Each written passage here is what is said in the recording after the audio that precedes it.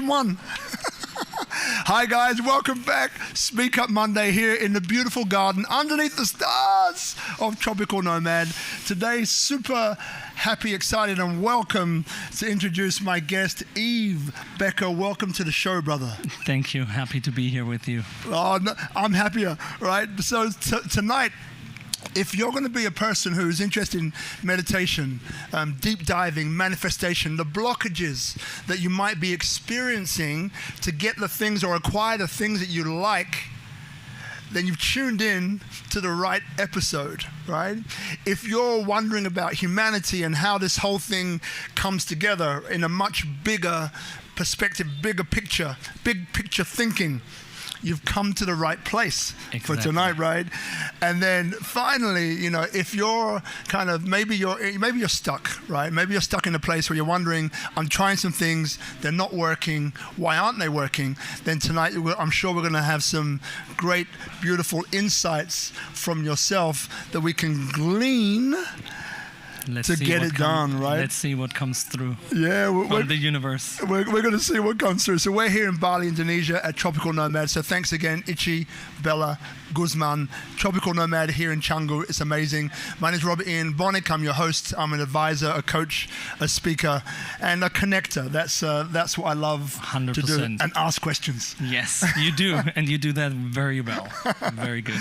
Thank you. So look, let's get started. So Yves, there's probably people maybe who've read your bio, maybe they've read the flyer for tonight, right? Now, meditation, unblocking blockages, manifestation, you know, like when I say meditation, manifestation to you, from your past or maybe where this whole thing has kind of come from, what would come up for you? I would say I started where it was the darkest.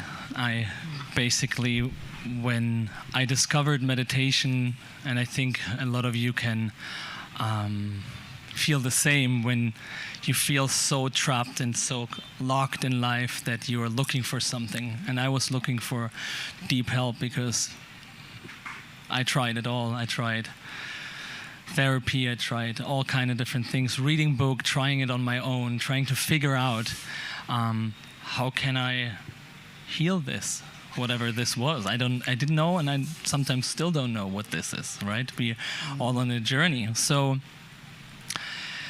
and then I often tell this story, and I think that's quite an interesting experience because I had my darkest moment of my soul when I was in the most beautiful place I've ever been after Bali. In Costa Rica. I was in Costa Rica at that time, and it was 2007. I was sitting at the Pacific Ocean, and I was probably watching the most beautiful sunset I've ever seen at that moment in my life. And I've seen the most beautiful nature, and everything was so beautiful on the outside, but still I couldn't feel it inside. So I was hoping, and I feel that's what a lot of people think, when I go to Bali, Costa Rica, Ibiza, Hawaii, then I'm going to be saved. And that was my hope. And I went to Costa Rica, and the outside wasn't saving me. So I was looking for a place in the outside, hoping that anything in the outside could save me. And I was sitting there crying at the most beautiful surroundings and talking to the divine, or whatever you want to call this, higher power, and saying, okay, either there's going to be something you show me, because if I have something to live for or a purpose, then please help me. And if not, I can't live like this anymore, because it was so dark. I was so depressed. I had thoughtless, like overwhelming thoughts, emotions, anxiety, and I talked to the divine, and then I felt something, and I was like, okay, maybe it works. At that time, I read Power of Now by Eckhart Tolle, and that helped me a little bit at the moment to go a little bit more present, out of the mind, but still crazy, endless thinking.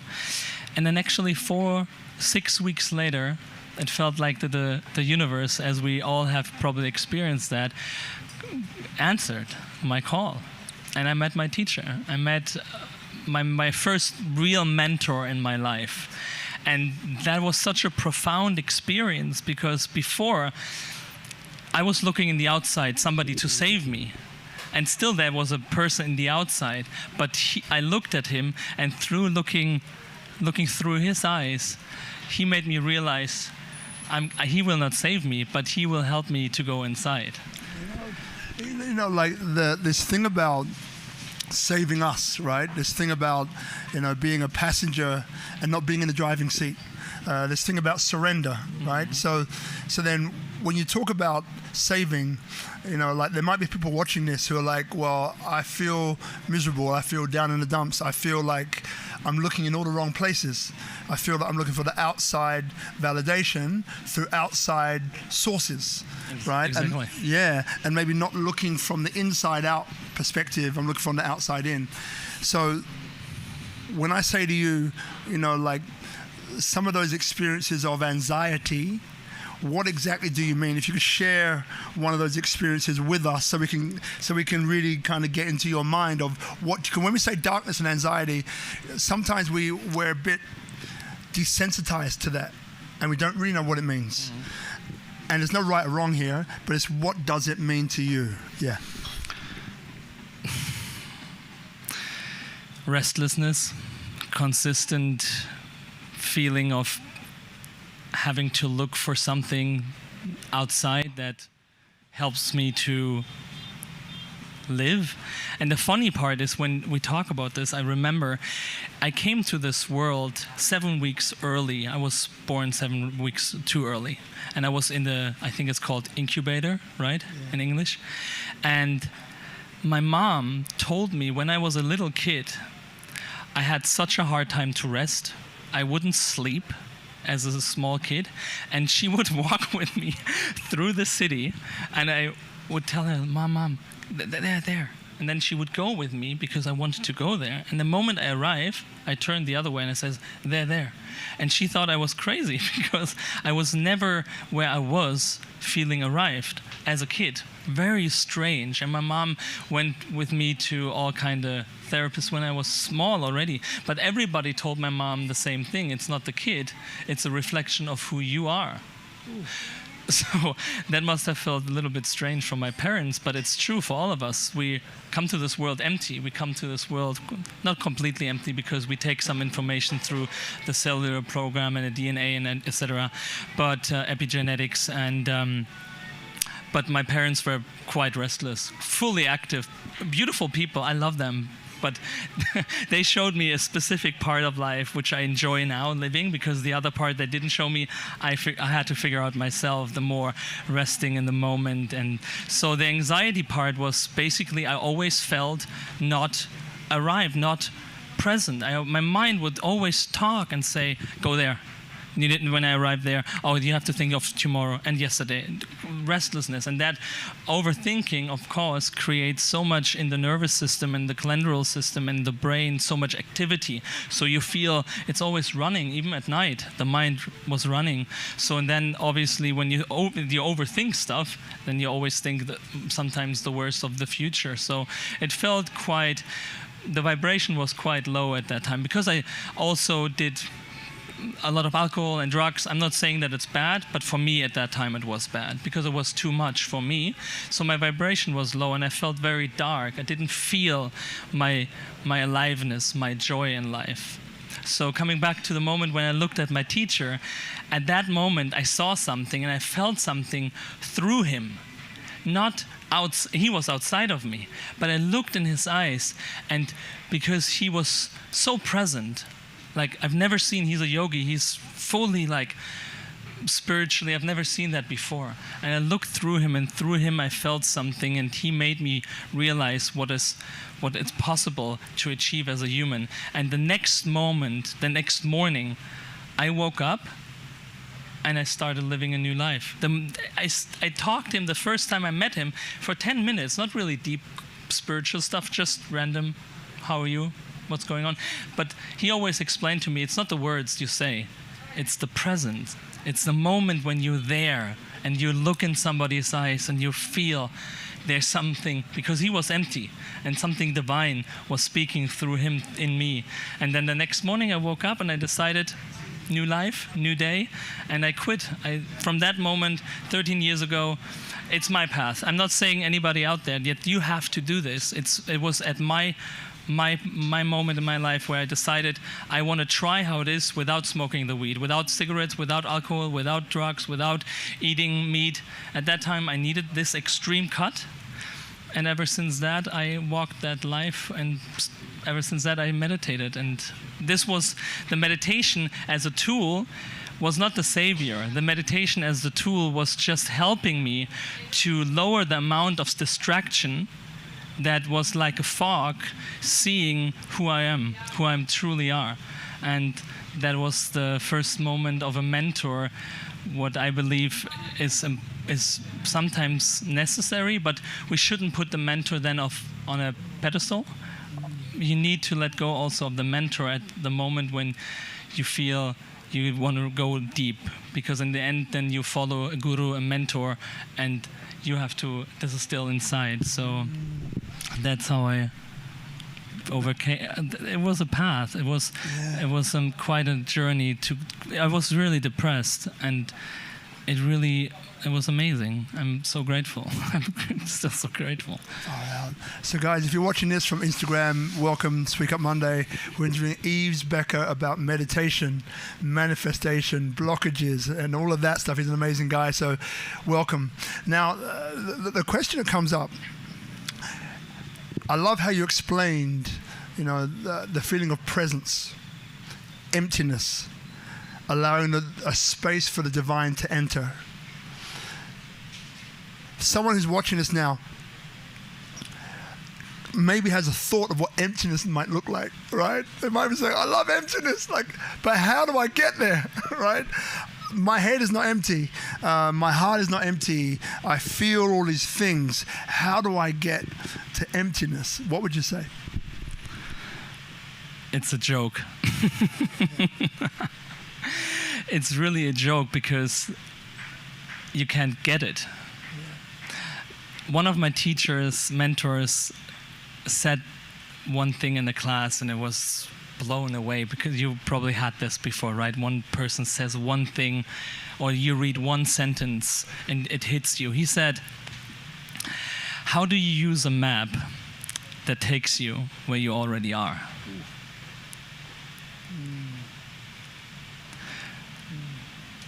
So he explained afterwards, obviously, the map helps you for a little bit to figure yourself out, to orientate yourself in the city. But you need to drop the map in order to experience the city, in order to see the beauty. We are often literally looking always down and thinking forward or backwards in time. So coming back to how can we get there, it's not a getting, because a getting implements the mind creating a thought of doing something. And the doing creates an action. The action creates something in the mind, which is then movement. And the moment the mind moves, something moves, it's active, and then it becomes something you're focusing on. So if you focus on emptiness, I want to be empty, I want to be empty. You're focusing on an idea, which is a concept, which is a belief, whatever you have maybe learned or even have experienced.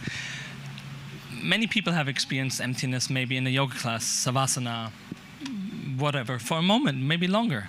But then it becomes another desire, another wish, another idea.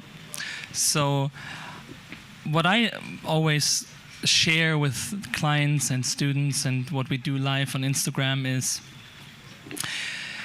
it's not about empty in the terms of what we think emptiness is.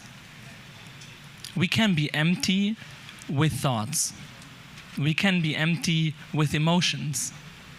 Because those moments we have when we meditate, which is completely empty, how long can you hold that during your day? Really, how long? Try it. And this is really devastating. It's so horrible to see. Oh, great! I did this morning. It was amazing, and now I run through my day again. And where is it? It's not there anymore because we have a family, we have jobs, we have projects. We have to think about this stuff. And then I came across a teaching of Shunya.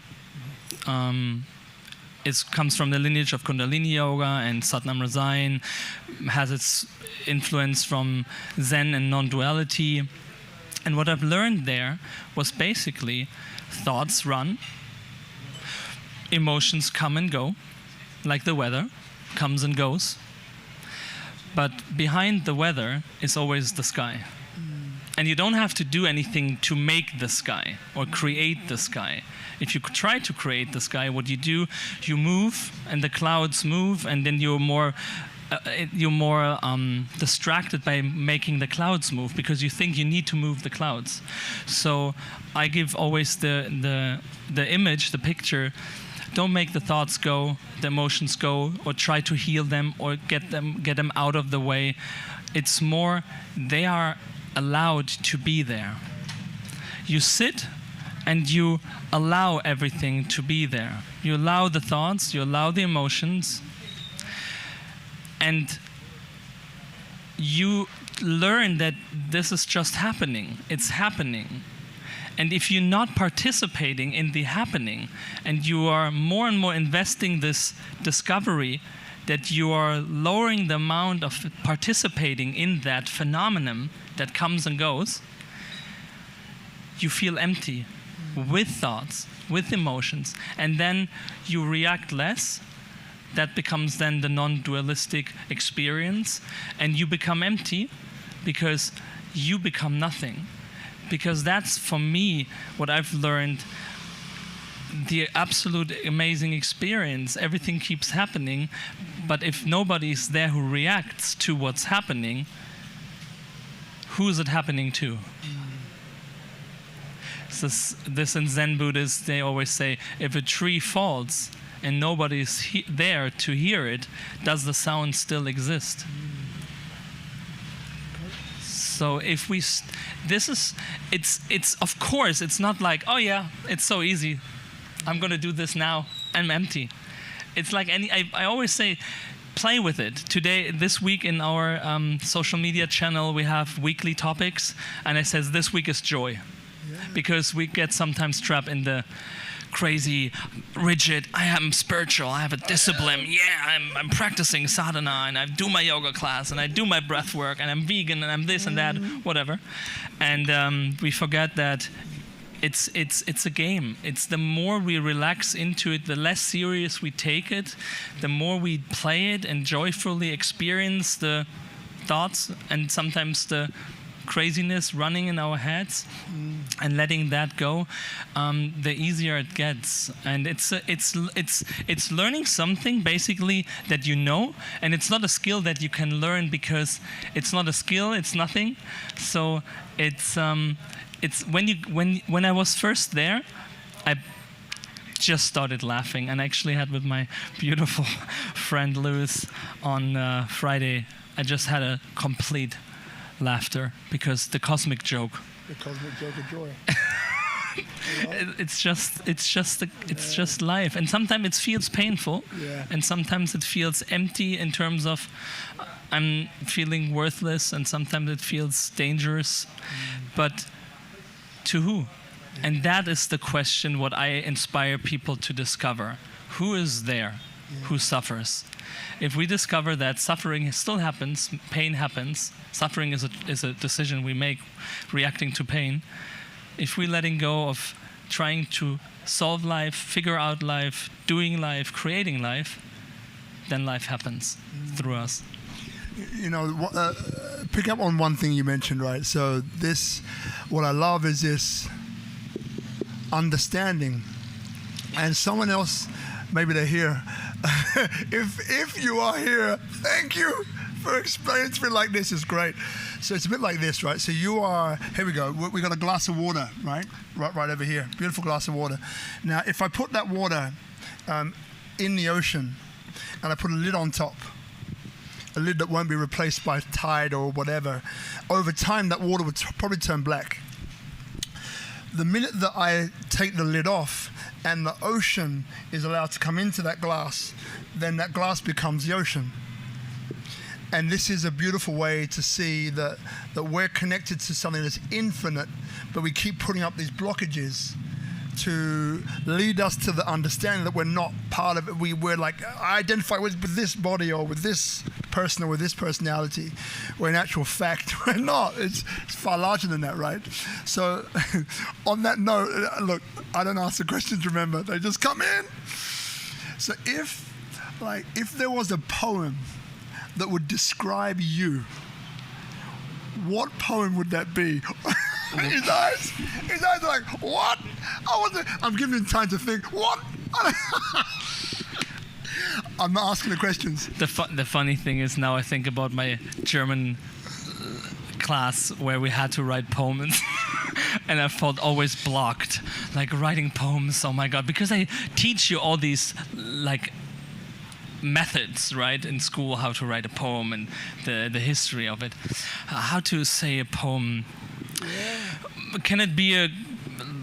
Okay, let me think. I would say...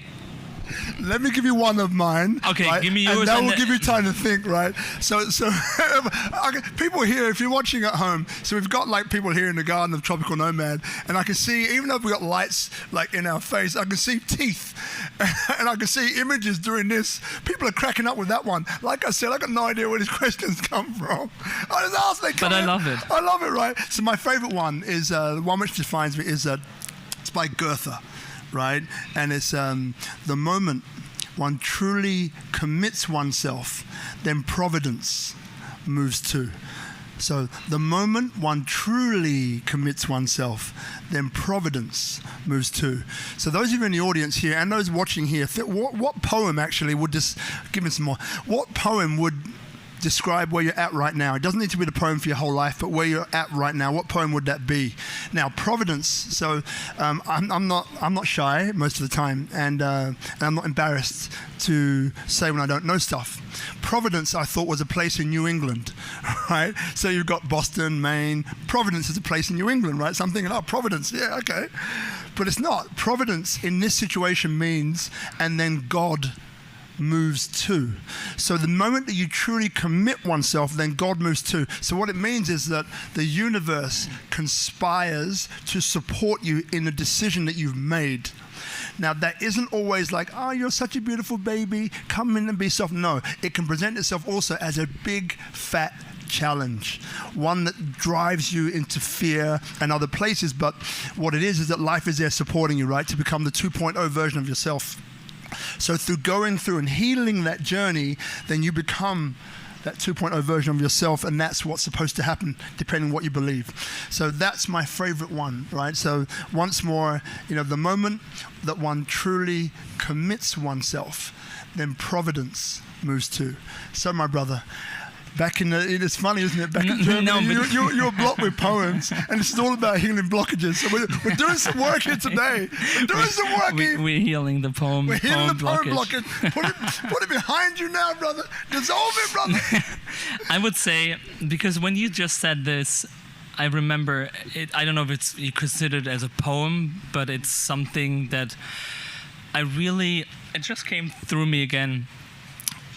I'm not sure if I translate that perfectly, but I try my best. So it says, when you become still, the universe moves through you. Ooh. So, and I have experienced that in my life so many times where I was completely low. And what happens when we're low, when we're completely broken? We try to figure life out. The mind says, okay, what did I do wrong? Where am I at now? And there's a cat. And and what should I do next? So we go again into thinking that we have to solve things. And it's very interesting because I'm reminded by this quote right now that this is my life at this moment as well. Not that I'm completely broken down, but I'm in a very interesting phase of where you is becoming still deeper and deeper.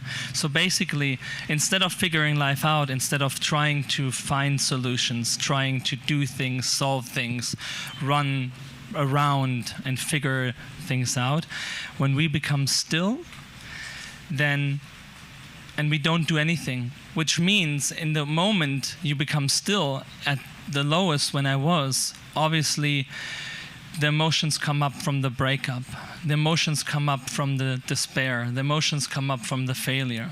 So this is first what comes up, because the mind says, you cannot be still at this moment. Look where you are. You have to do something. You have to change something. Obviously, yeah, it's going to happen. But I do believe that we are so much trapped in this world of reaction, of doing, of making, of creating, that we don't often take the time to become still, reflect, and then after that act. So I became still at that time when I was at my lowest, and all the emotions came up, whatever was there as the blockage, and instead of what I've done before, meditating in order to change it, or think I need to meditate to get out of it, I have done that. I think a lot of people can relate to that, right? We meditate singing mantras and hoping the mantra singing gets our vibration higher. We do some beautiful meditation and we hope that we get out of where we were. So actually with this, we have still an agenda, and we have a doing aspects in the meditation. We have an expectation. We're waiting for a change. When we expect, we're not present 100%. So we're not really still. There's a hope. And hope is subconsciously still running in the space. So what I did was I became still, and then the emotions come up, and instead of thinking, figuring out, doing something, what I've learned from my teachers and mentors was dive in. Dive into what comes up instead of becoming aware of it. Like, this is what I've learned. Become aware of your emotions and observe them. But then you're still disconnecting and creating a space between the emotion and you. But if you surrender into the emotion, which is we always say we are not our emotion, we're not our thoughts, we're not our body. That's one truth. But on the other side, it's part of it's part of you, and it's not part of you. It's both. So by diving into something who you are partly, because it's an energy in you, or it's part of your whole energy. You have a whole energy with so many sub-energies, and I embraced and I dived into this pain, and I remember when I was so in pain, so much suffering, all of a sudden I dropped into, because I surrendered and I dived into the emotion instead of fighting it, instead of thinking that there was a demon I have to fight and kill or get out of me. I realized, hey, it's me. I always remember Star Wars. Remember the scene when Luke fights Darth Vader and he cuts off the head, or it's in his dream, and then he takes out the mask, and then he sees himself. That's in so many movies they show us. So for so many years they show us the person you've been fighting internally is not your enemy, or is not somebody you have to get rid of, or it's not somebody you have to change, it's not somebody you have to heal. This is what I mean by healing blockages. Healing blockages is not letting go, transforming, or getting rid. It's integrating and being in peace with your anger and sadness and frustration. And that's what I did. I became still. I dived into it. I surrendered. I gave up. I said, I give up. I'm done. I don't want to fight anymore. I'm tired. I was so tired fighting my depression, my thoughts, my emotions, that I said, okay, you win. And then something incredibly happened. This energy that I was fighting, I became that anger, I became that sadness, and it opened up, and all of a sudden I had this energy, because what is fear? What is fear, for example, fear. We have so much power when we are in fear. We're running away from a dangerous situation, and it gives us so much energy. So what I always say, the experience when I ask my clients, what are you feeling? Fear. How does it feel? Oh, I feel blocked. No. Fear is not what makes you feel blocked. No, none of these emotions we experience makes us feel blocked. It's the resistance of not wanting to experience our full human dimension. What makes you feel blocked is the resistance of being and of experience, what life gives you. And the moment you allow and surrender and go deeper and become still and just dive into it, you have so much energy, and it's quite amazing. So stillness, and then you become empty, and the universe just moves through you and moves the things. All of a sudden, things lined up perfectly. And it's not that I was sitting there manifesting, trying to manifest my dream life and thinking about my dream life, because it's still something I would have done. An ego, a creator, it's good to use these technologies of manifesting, sometimes in terms of being a creator. But isn't it much more beautiful to be present in the moment, enjoying this fully, and be empty and let just the universe figure it out for you because it knows it better anyway? It was so releasing for me, because it's probably the most amazing human experience that we can be still with all what's happening within us. You know, thank you for explaining that. I was about to ask you for an example, right? Because sometimes, and we all know this, people here watching, either there or wherever you're watching from. So quite often when we're here, and we can either answer in like a third person, which is talking about other people. What I find is more powerful is when you use yourself as an example, and then for some reason you can go a bit deeper, and people here can then understand more. You know, so I really appreciate you going deep into your experience, because then we really get an idea of what that feels like to surrender and to get to a point where it's like, you know what, I'm done. I'm not fighting anymore, right? I've had enough. Like, let it go. And, you know, one question that comes up is that about time, right? So how long does this take? I think I know the answer, but how long does this take? Because, you know, maybe you're not in a position to go deep in that moment. Maybe you got things, you got work. Let's call it the worldly stuff is going on. So then what do you do in those moments when you haven't got a lot of time for the stuff? And what do you do? There comes up a quote again. By the way, we've definitely healed that block. Yes. Our work is done. So I think it was the Dalai Lama when he was asked by a person, I don't know if you've heard this quote. So he was asked at one talk, so how long should I meditate every day, right? And then the Dalai Lama says, yeah, maybe like 30 to 60 minutes would be a good time. And he says, are you crazy? I have a company, I have to do things, I have a family, I have to run a business. And he says, okay, I understand. Then meditate 2 hours. So I sorry for the language, but it's bullshit that we don't have time. Because we have time to watch football, we have time to go out to play, we have endless time. We have the weekends, we have the time to go on faith. Everybody has time. And actually there's a beautiful guy, he has Philosopher's Notes. I don't know if anybody knows him on YouTube, Philosopher's Note by, I can't remember his name, but beautiful guy. And he says in one of his videos, we have, the most power we have are on our AMs and PMs. Right when we wake up, and right before we go to bed. And we decide when we wake up.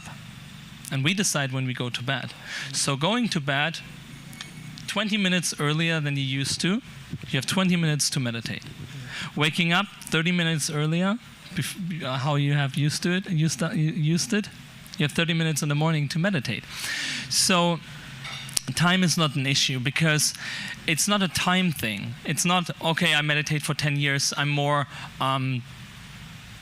privileged to have this experience. No. Here in Bali, I've met beautiful people who are here, by the way, who have been sharing my 13 years of experiencing things. And I've seen in them change within weeks, within days, moments, within just talking to them. And it's more about dedication. I was in so much pain, there was no this or that. For me at that moment, I tried it all. I was in so much pain, I said, give it all.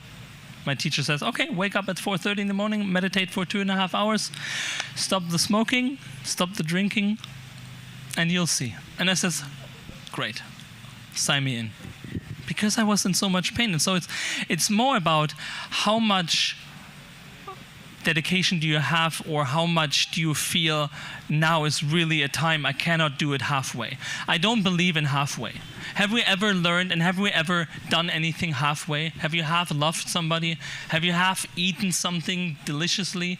Have we ever done anything halfway? No. If we go full, we get a full experience. So no time needed. It's very much about how much do you feel I want it. Really, it's also a trap of wanting, but in terms of I'm ready. I'm deciding now that I go a little bit deeper. And it doesn't have to be from now to the next moment like I did. I also believe in the 1% rule. Today I would do 1%, a little bit more dedication, and a little bit more the next day. And it helps. And in the end, it's all what I've said. It's true, and it's not necessary. It's basically this moment, whatever you feel at this moment, whatever you have in your system, whatever you feel, it's always what you feel in the present moment, right now. If you become present with what you feel, and you really feel, not thinking of what you feel, not figuring out why you feel and what could you do, just be present and sense, what am I feeling? And not labeling it, naming it, judging it, trying to change it, solve it. No, all that is mental. The mental is always distance to what you experience. This is how you do it. Take moments every day, whenever you have time, sit on the toilet, and instead of watching your feet, feel what you feel, sense it. And then allow yourself to be present. And it's not about acceptance. I have to accept what I feel. It's not about letting it go. That is another doing. The mind creates this trap, because sometimes spirituality can be another beautiful goal in the achievement world. No, it's just sitting. It's very simple. Look at kids. When they feel something, they cry, they scream, they do that, they express it. It's not like we have to scream and cry and all that, because we have a consciousness to have a little bit of a control to it. It's more like, I feel what I feel, and I allow myself to go deeper into experience, surrendering to the experience what I feel, and be present. And I'm not doing anything, but sitting there and expressing it and feeling it. And what they say, they call it, and in German it's very easy to say it, but I don't know if it works in English, feeling it to the end. So you sit in what you feel, and it gets stronger in the beginning, obviously, because it's an energy that you all of a sudden give attention. And it comes up, and you feel more sad. And most people then say, oh no, can't do that. Hara hara Vaheguru, hara hara Vaheguru. I do a mantra. I focus my mind on the mantra, or I focus my mind on the feed. I focus my mind on something else, right? Oh, grateful, I'm grateful, I'm grateful, I'm grateful, I'm grateful. All this works. I'm not saying affirmation, mantras, all this doesn't work. Breath work, it's beautiful, it's a tool. But I truly learned from my mentors, and that's what I believe in, that's what I share, and I'm very happy that it works, is let us be raw and not use technologies to suppress or to get rid of or get out of it. Let us just be raw and experience the raw energy which emotions is, emotion. energy in motion. And if we go deep, experience it, sit with it, let it come up, sit. Nothing can happen. You can't die. Nothing can happen. And then all of a sudden, when you practice this more, because it's kind of a tool, but it's not a tool because it's doing nothing. So it's learning to do nothing. And then you get very, very good in it, because it's the relationship you change to your emotions. It's not an enemy anymore. The anger, the frustration, the sadness is not something, no, you're there anymore. Get out of here. Oh, I did something wrong. I'm not so spiritual as I thought. Oh, I meditated for so long. I still feel anger. I'm such a bad spiritual person. I need to meditate more to get rid of the anger. So we put so much labels and judgment on ourselves because we think a spiritual person, enlightened person, awakened person is like this or like that. No. There's no label. We are all moving, conscious beings where things come and go, and we become more and more still to enjoy the game of life. Got it. And you know what I love about this is that each time a little point comes up, can you explain it deeper? You explain it deeper, which is awesome. Because then at least people here also, like, you know, not that it's like a 1, 2, 3 step formula, but at least they get an idea of something to take away with them. You know, and again, I'm getting that. I believe they are too. So now, as you know, none of this is planned, right? So what I'm feeling is that there's some questions out there, which is earlier than maybe we've done it last week or the week before. So if you have a question, I've probably got maybe 1 or 2 left in my head for now. But Bella, do we have a microphone, darling? Great. So if you have a question, just put your hand up and we'll get the microphone to you. And remember, point it at your mouth, don't eat it. All right, just a little bit away is good. Then your voice won't distort. Your voice won't distort. All right. So just keep that in mind, guys. Don't be shy. By the way, remember, if you have a question, you're thinking about it. Other people do too, but maybe they don't want to put their hand up and ask the question. So do them a favor by asking the question as well. Cool. So now, you spiritual people. I'm not spiritual. I know. It's like I remember when I was going through stuff, I always get this comment from, oh, well, you spiritual people, right? So what comes up for you when I just said that? A conversation I had this morning at the beach. No, I really had do you know Assisi? Yeah. Beautiful lady, right? Yeah. An incredible lady. Yeah. I met her a couple of months ago. Very inspiring lady.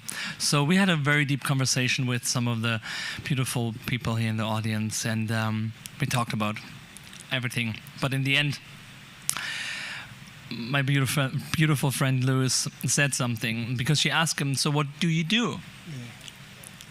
Can I share? And he said, I'm a trader. Yeah.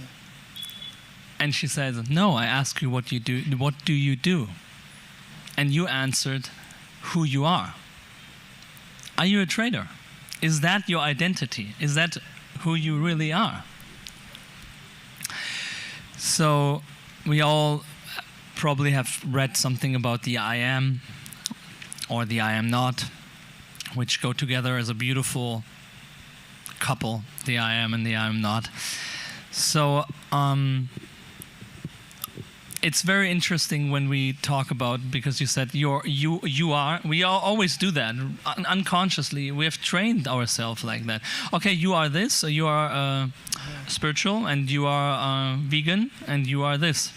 So we put labels on each other, conscious, subconsciously, and with these labels, it's kind of it's like a spell, because the words we say have a vibration. They have if there's emotions behind the words we say, they have an even more powerful vibration, because words by itself have a power, but the emotions are the driving energy behind everything we say or think. So that's why actually the word spelling comes from spells. Yeah. When I say, hey, you are, then I put a spell on you, and I trap you in my mind that you are a speaker, whatever. So when we say, like, okay, I am spiritual, I try really to practice to just say I am. And then if I describe myself, I say, I practice this, or I share knowledge about that, or I do this, because it's an aspect of me doing something, but it's not my essence. And it's not something very, like, I had that when I learned something that we think, oh yeah, that's nice knowledge, something nice. I'm gonna keep that in my mind. It's actually very big. It's very, very big, because our mind is so powerful. We can think about something and experience it immediately. The moment you're very present, we have all experienced having sex or thinking about having sex, and things move in our body, make us feel specific things. Like especially sex has such a powerful energy just thinking about it, imagining it. That's how powerful the mind is with thinking, putting emotions behind it, the words connecting. So if we understand that we have such a powerful tool, why don't we share it with our kids, and why don't we train ourselves and become more conscious what we say about ourselves and describing ourselves, or what do we say about others? I'm in a beautiful relationship with my wife somewhere around here. Yeah, she's walking and we try really every time when we have phases where we feel a little bit off to contemplate what is the thoughts and pictures we have been creating about the other person lately. And every single time I've practiced to change it and see her again in a more lightful way, because we have phases where we fight with our loved ones, we have arguments depending on some aspects of the universe, Mercury retrograde, or aspects of us, whatever. And then we have these arguments, and then if this happens maybe for a longer time, which sometimes does, then we create this image, the nagging, and the never doing this, and we create these words, these sentences, the spells, the images. And the moment I changed that, I remembered it was Christmas 2019. I was alone at my father's. She came later to Christmas. And I was really every night visualizing her. And it was the most beautiful energy and light. And I saw a new wife, a new woman. And she was calling me. She's like, I don't know what's going on, but I feel very different. I'm like, great. It's not like that I did that. I just helped that the universe, like I stepped out of the way. Because it's often that we are in our own way with our own light blocking ourselves, and we often do that in relationship with the most close ones, that we have these images. And that's why sometimes a breakup feels for some people so liberating, because you're out of the other person's energetic field of thinking and emotional traps. So the I am is very powerful about ourselves. The you are obviously about somebody else. So we are quite powerful with our coding system we have. We are coders. This is a matrix. It's all energy, vibration, frequency, information, codes, and we decode. And look, so, when because tonight's about manifestation and blockages and meditation. So 2 questions that come up. So one, I get much about you, right? Which is wonderful, as I'm sure people here do as well. And what is the most that comes up first? The most challenging experience along this journey that you have personally had?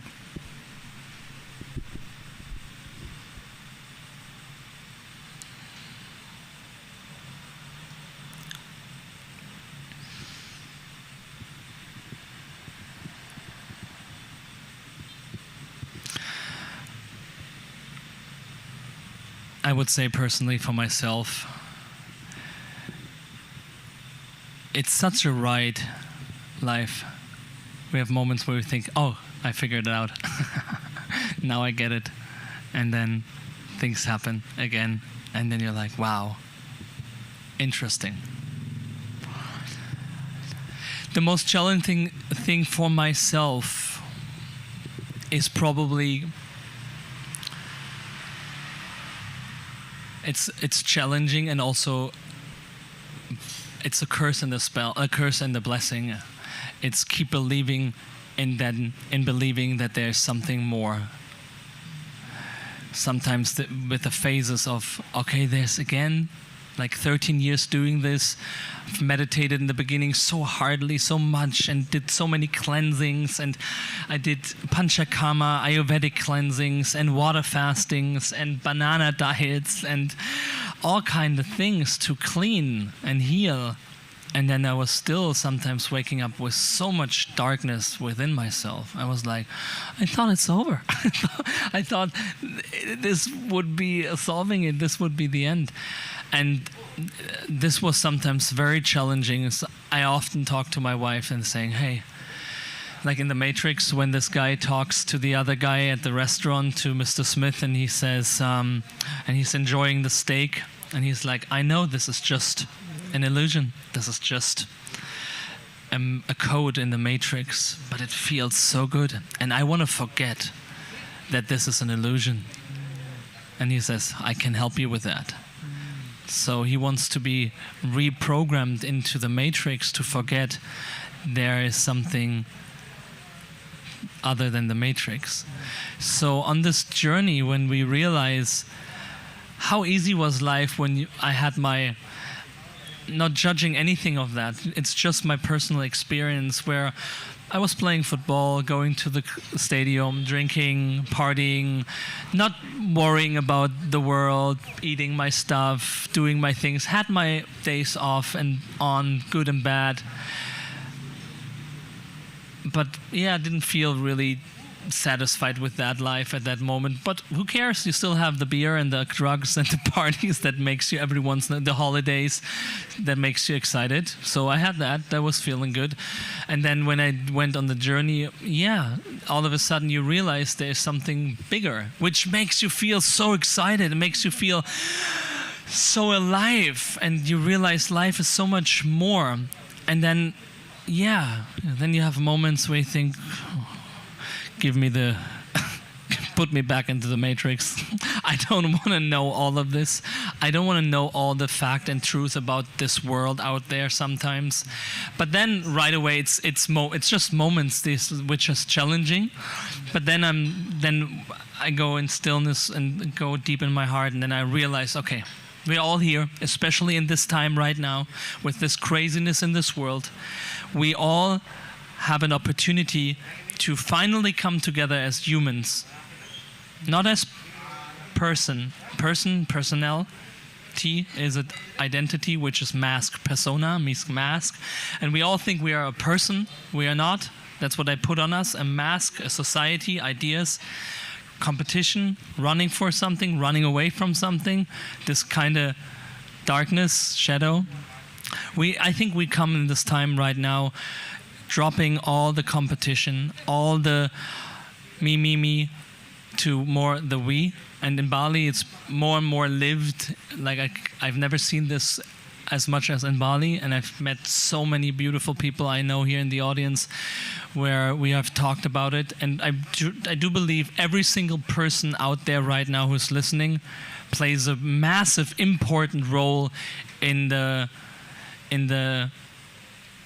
let's call it the effortless healing, the non-doing healing part, because we change the world by now changing ourselves, but by just truly realizing, becoming still. And that's why everybody, you don't need thousands of followers, you don't need a big spiritual business, whatever. Every single person is important. The mother who raises a child, who gives the child a new way of seeing the world, all our vibration come together. And I truly believe in the next 2 years, we all together can and will make a massive shift in consciousness and how the world is going to develop in the future. That consciousness piece I love, and we're going to get into that. But so here we're at, have some coconut. You're doing well, mate. He's been talking a lot, and it's like, I need some water. I love it. So, and I love it, by the way. Thank you for being you, right, and acknowledging you, right. So, by the way, guys, so we met how many minutes before we started? We met like a couple of weeks ago, like for a short conversation. Then just now, and then 2-minute chat. This is how we roll, people. It's good. So, look, this one is a topic that comes up in this environment, right? That people, I think, have a difficult time with. Some don't. So I'm really curious to get your perspective. So, money. When it comes into all of this area of what we're talking about today, you know, like, what is money to you, and how do people manifest it? Because a lot of people here manifesting, think manifest money. For most people, that's what comes up. So what comes up for you when I bring that up?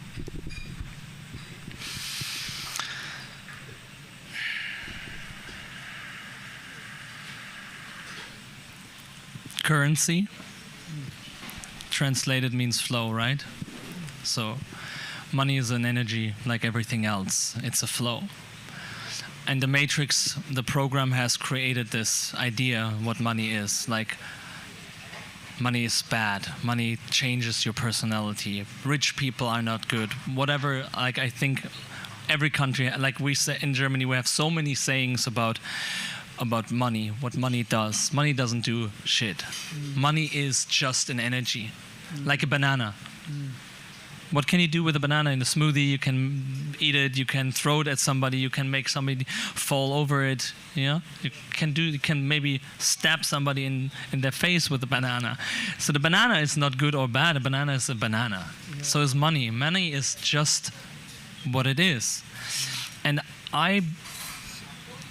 let me start, like, I was grown up in a family with money. Decent amount of money. And then my father lost everything. And it was quite an experience from growing up and then being in the teenage years. All of a sudden, what do you mean I can't go on holidays several times a year and get everything I wanted as before? Yeah, because there's now not that money anymore. And that was quite an experience, and it changed something in me. So throughout the years and experiencing my path, I had a very interesting experience with money. It perfectly plays the game out as I have experienced it with my family. I always had money in my life, quite okay, but always not enough to not worry about. So it was good, but still okay, thinking of it, it's happening in my mind. So that's exactly how I had it. I had enough, and then all of a sudden it was gone. So I was in between the world, experiencing both. So this became my program. This was my internal program from my childhood about money. So money by itself is an energy, and you are experiencing money as you have experienced it with your parents. Because from age 0 to 7, that's where a lot of major programming subconsciously happens. So obviously we are super powerful beings, and we can change everything, and we can heal everything by becoming still, letting the universe do the job anyway. So when I realized that, I was 10 years on my path already. And I was learning and teaching, traveling the world with all this knowledge I have gained. And I tried so hard to create a business. I was trying so hard to make a living out of my so-called purpose. And it didn't work. It did not work. I would always come to the point, I had a website, it was done, and it completely was deleted. Miraculously. Something happened. Always something happened.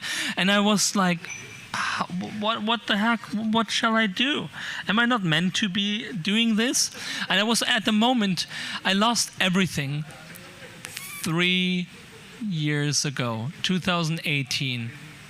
My girlfriend at that time, we had a business together. I was living on Ibiza. I had an apartment. I had a beautiful car. I had a vision with her.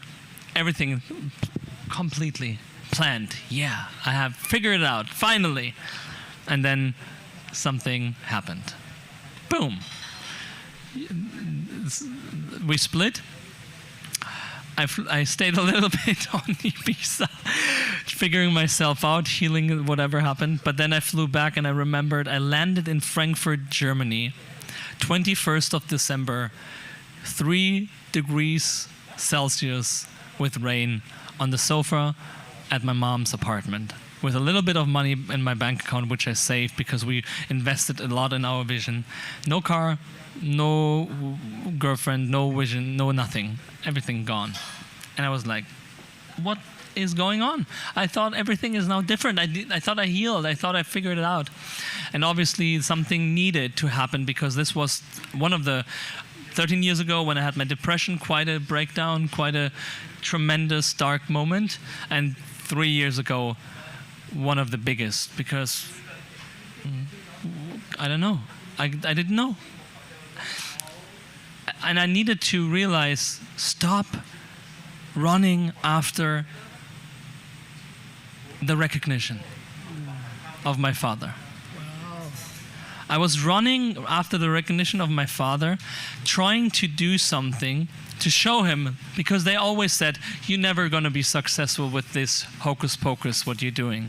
13 years ago, as a 23-year-old German guy, doing yoga and meditation and being vegetarian, that was quite something rare. People were like looking at me thinking, okay, this guy is crazy. They were laughing at me. I was always a little bit crazy before, but then they says, okay, now he's done. Bye bye, Yves. Adios to the whatever. Yeah. And it was funny because I wish I could show you a picture, because I went to India when I was 23, and I'm a very extreme person, as you have already figured it out. And I went to India for 6 months. I let my beard grow until here. I went to Miripiri Academy, which is in Amritsar, Punjab, where the turban guys, the Sikhs are, right? So I let my beard grow, put on a turban, put on all white clothes. I don't know why I'm laughing. No, it's good. I can't no, but it's good because it's funny. It's actually funny because I just went into so much of. I put all the Indian clothes, I put a turban on, I let my beard grow, and flew back to my parents. And I says, hey, that's the new me now. And then my father, well, because I think it was also a little bit of the recognition. I didn't get any recognition. Okay, now you get me. Okay, so I was running around basically everywhere barefoot, with a turban on, with a long beard, and white Punjabi, like Aladdin pants and white dress. And you know what? I felt great. I felt great, and I didn't care about my father. I didn't care about anything at that time. And then everything worked out for me at that moment.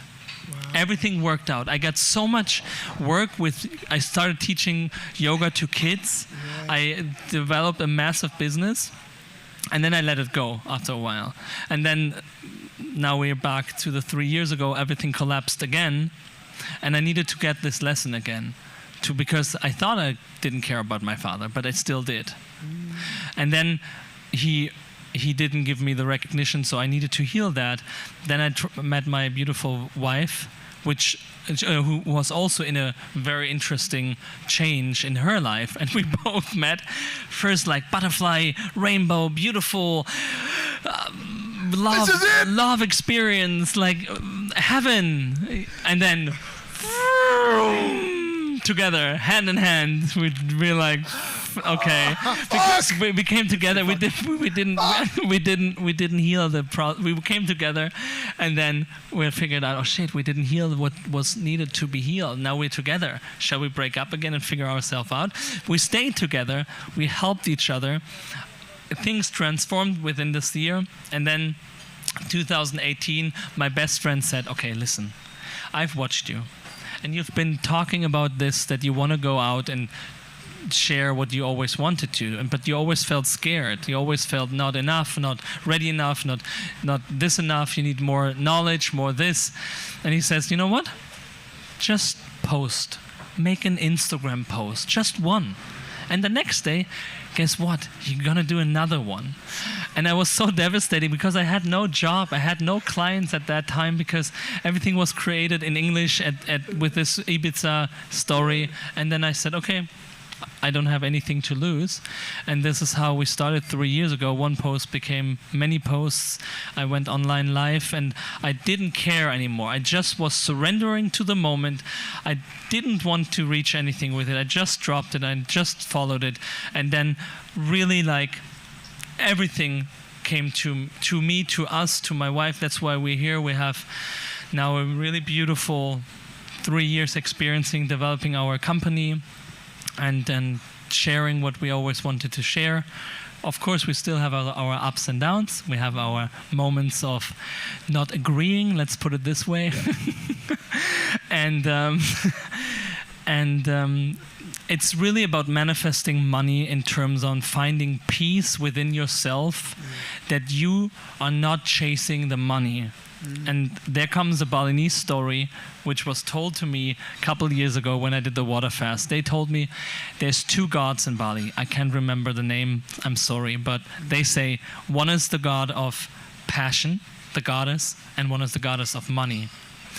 And so the moment you start a journey, many people start the journey with the ikigai, you know, figuring out what are you good at, what do you love, what does the world need, how can you make money? So most people then look, oh, how can I make money? So the goddess of money, when you start your journey, throws money at you. Because in the beginning, somehow it was with me, it started, oh, it's nice, it gets easy. The moment, always in our 3 years path of developing our company, when we focus too much, because sometimes we get in a trap, we have to raise more clients and developing all these things. The moment in this story, the man or the hero focusing on the goddess of money, which throws the money and chases then the money, the goddess of money gets like, turns the back to the guy and says, okay, I got you. Now the guy runs after and it's like, please, I follow you. You're my God. We put the money of God as the highest thing of what we ever want to achieve. And then it says, but instead of focusing on the goddess of money when it tries to hook you, you're focusing on what you love. You're focusing on what makes you wake up in the morning.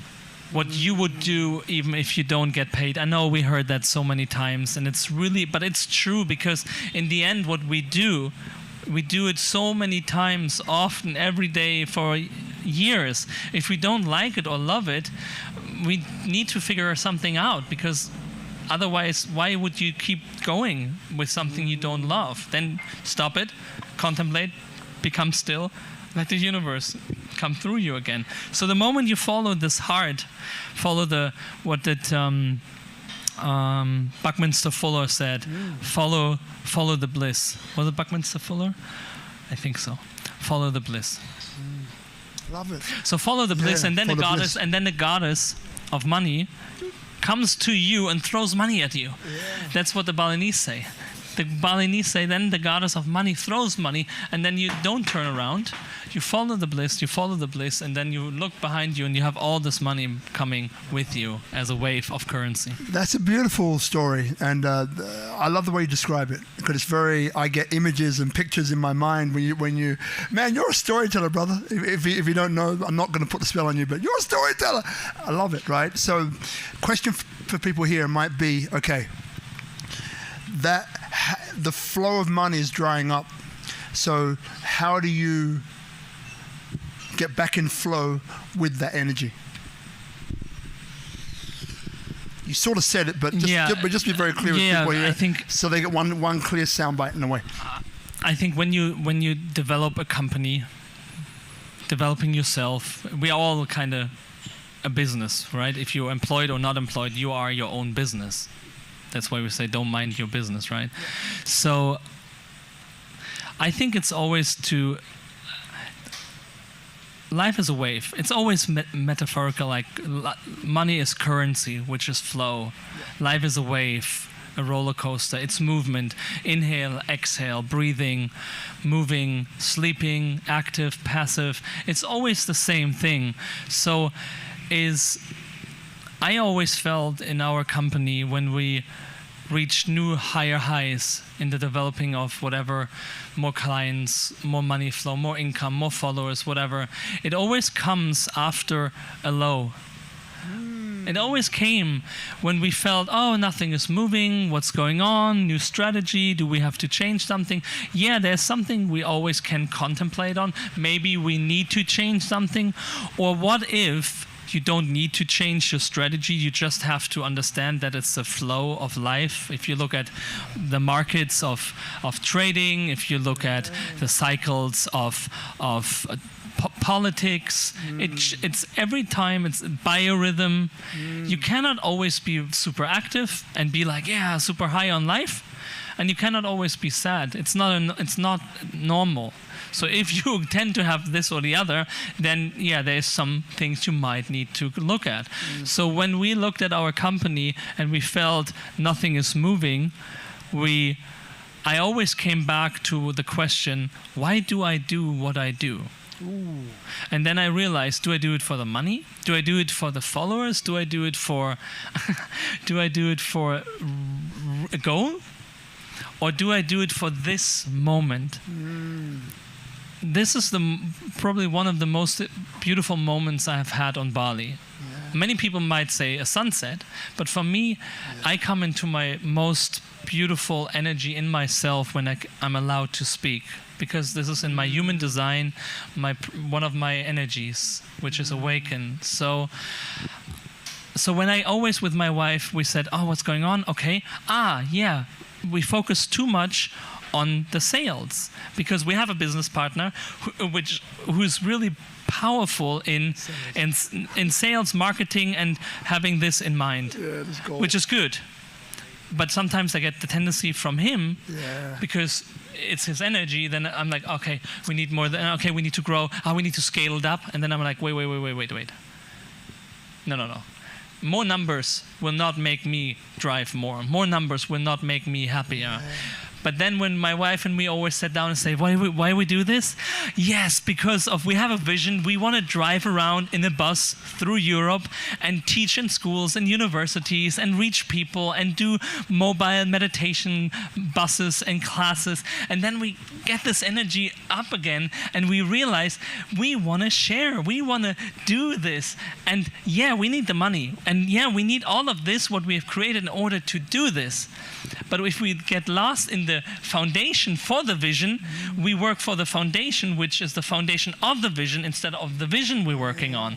So you put so much energy in the foundation, which is not the vision, so you don't put the energy in what the universe wants. So the universe say, okay, I put a wall here, don't put energy there. I will make it stop. Put the energy there, I take the wall off, and I make it flow again automatically, because the universe always takes care of us if we are still, in the moment, present, live the moment. It's always the moment. It's not my mission to reach this moment with you, with all of you, with this surroundings. This is it. I don't need now a stadium with 10,000s of people. It will not make me more happy. Because this is it. And if I realize this more and more, then everything else just flowed beautifully. Man, that is such a beautiful description. Whoa, who thinks that was a beautiful description? That was a round of applause for that description. That was beautiful, man.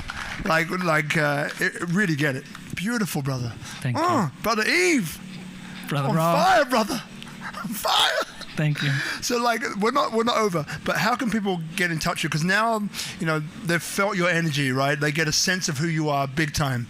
So how can, if people want to work with you, how do they get to you? How do they contribute to what you're doing? What comes up? You mean how they find me online? How they find you online and how they contribute to what it is you're doing. Okay, so Yves Becker is my name.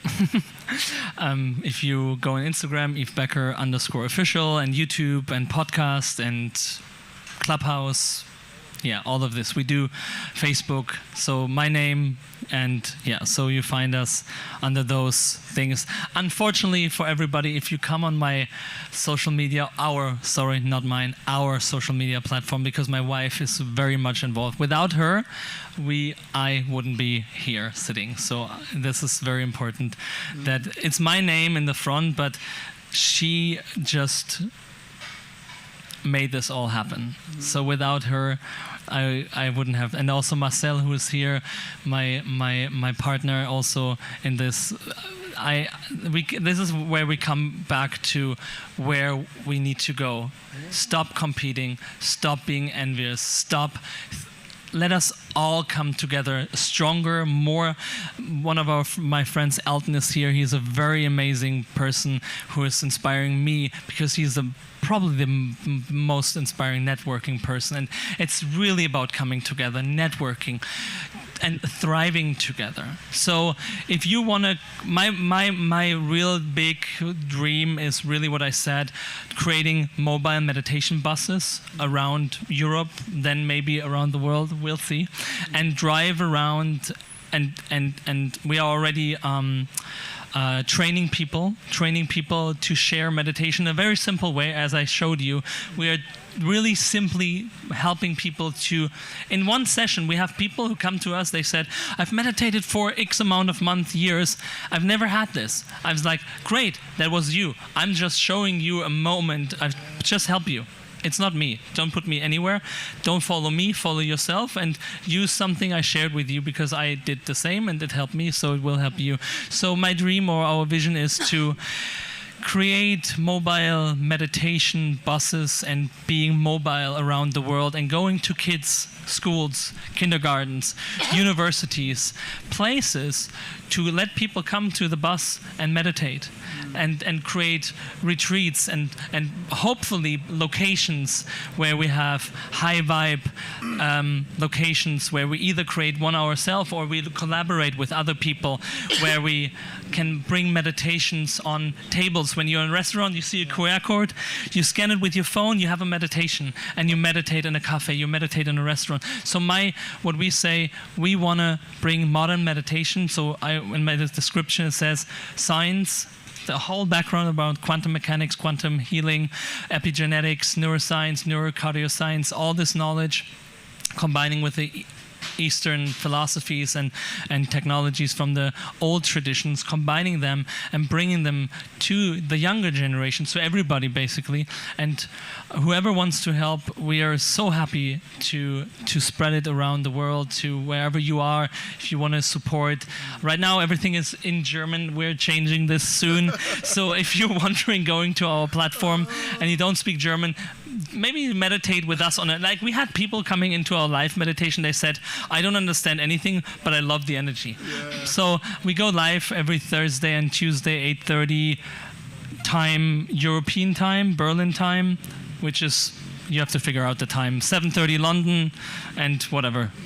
So yeah, I'm very happy if you get something from what I shared. If you feel you want to ask a question, I'm more than happy to talk to you, to share more, to be in service, to just, I truly believe that we are at a very special time, and we're come together, and I would say everybody can find their mentor, an inspirational person. It doesn't have to be me or you or anybody. It can be somebody in your environment, but find that person that or more than just one human. Find humans that inspire you to be who you are. Be vulnerable, be present. I think that's the new way of living, instead of showing off, okay, so what do you do? Yeah, I do this. And what do you do? I do that. It's not about that. I truly believe the new coming together is about being present together and holding space, to acknowledging that you're perfect the way you are, and you don't have to, nobody has to show off or show anything or say, I do this or I do that. What if we come together and just be, and be humans? Love it, man. My brother. Beautiful, man. I'm going to grab that left hand. I'm going to give you one of those ones, but we're not done. But I love your hand. I just love your hand. Just want to acknowledge you, brother. Beautiful. Now, guys, questions. So just put your hand up. I know I said about half an hour ago, if you've got a question, it will be 2 questions. 2 long questions, clearly. So if you've got a question, just put your hand up, and we'll bring a microphone to you. You know, everyone hears you and like, breathe in and out. Breathe in and out. You want a cacao bean? So I'd love a cacao bean. All right, cool. All right, good. So I've got one question for your wife. Do you like? No. There's a question. There's a microphone behind you. Yeah. No, wait a second. We've got one question. Okay, so we're. All right. Okay, we'll go back to the person who originally asked, and I have a question for you. So yes, so if we go back to the person who just asked, yeah, beautiful. Thank you, darling. Who asks a question gets a cacao bean. Cacao bean. Hi guys, I don't know if you can see me. Can you hear me? We can hear you, yes, my darling. Brilliant. Hi, thank you so much so far. So my question is... Is the mic on? Yeah. Is this better? Yeah. Is this better? Okay, cool. So my question is, you said you got tired of being depressed and you just gave up, you just surrendered, and I just want to know what changed. So how do you actually give up? How do you surrender and change? Great question. Good question. Very beautiful. How do you give up and surrender? Like I said, it's nothing you can do. Surrendering is nothing you can do, because if you do surrender as an active, when you then surrender, there is a doer. And that doer is still separated from diving into what you want to surrender. So surrendering can be practiced in, first of all, slowing down your breathing. And there's a technique I always share with our students. You create a line from your head to your pelvic floor in the center of your being, like a channel. It's a technology from, I think it was from China, thousands of years ago. They used that. So you breathe yourself into this tube, into this channel in yourself, more and more. So whenever the mind goes somewhere, this is a very beautiful thing. What changed something in me. Instead of when something goes away in terms of your mind wanders, trying to get it back, let it fly away, and you just breathe yourself back to that center line. And you just sit in that center line. And then you have emotions and thoughts. And you practice more and more non-reaction. So the thoughts and emotion come, and you bring yourself with your breath back to the central line. And then after a while, when your breath slows down, your brain rate goes from beta to alpha, longer and longer, more and more. You can go into theta brain waves.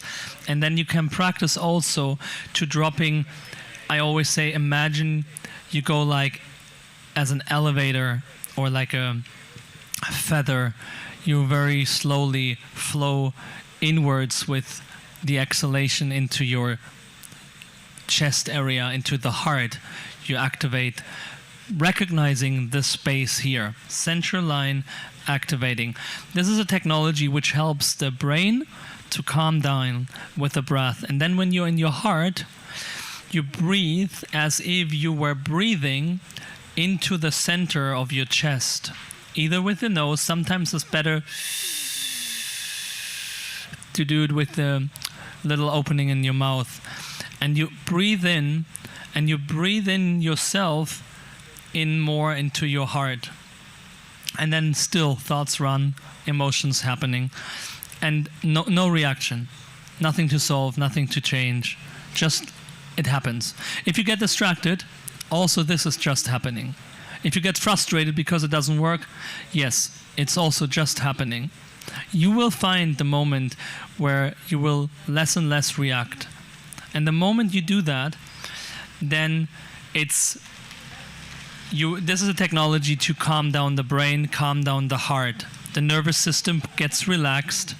And the moment the nervous system gets relaxed, gets out of... The problem for most people is we are often in stress, fight and flight. The nervous system is active, active, active. And we cannot be very present at that state. So the more and more you go deeper, deeper with the breath, going into this central line, arriving deeper in yourself, it's a technology. Calm down the brain, calming down the heart, calming down the nervous system. So this is a good setup. So once that happens, what you then do is you allow yourself to imagine, or it's more about an experience of becoming bigger than your body. So you inhale and you imagine your heart space and that channel within. First you focus, it's focusing, calming down, and then from the focusing you expand and you imagine your body becomes wider and your space becomes bigger. And the more you do it, you can imagine you're infinite, you're wider. And then you get focused maybe on a thought, you get focused on an emotion. But this is just happening in space. So this is a learning process. The thoughts come, the emotion come, and then you let them happen, and then you are going into a state called no focus state. First focus, calming down the brain, the heart, then expanding with the breath, creating a more wider experiencing of having a wider space. And once you have this wider space, you're focusing on nothing. No thing, no focus. If a focus happens, this is also allowed to happen. And you don't focus on that. And then you get into a moment where you feel, I have no focus. I am the space. And then again, the mind comes in and says, yeah, I got it. And then comes the focus again. The mind says, yeah, I have it. And then you realize you're back into the story. And once you that's just a training, like don't go to golfing and play and expect to play a hole-in-one on your first time. So it's a practice, and also not a practice because you can experience it right away, but it's sometimes to do this practice to release the stress out of the nervous system, the brain waves, the heart rate.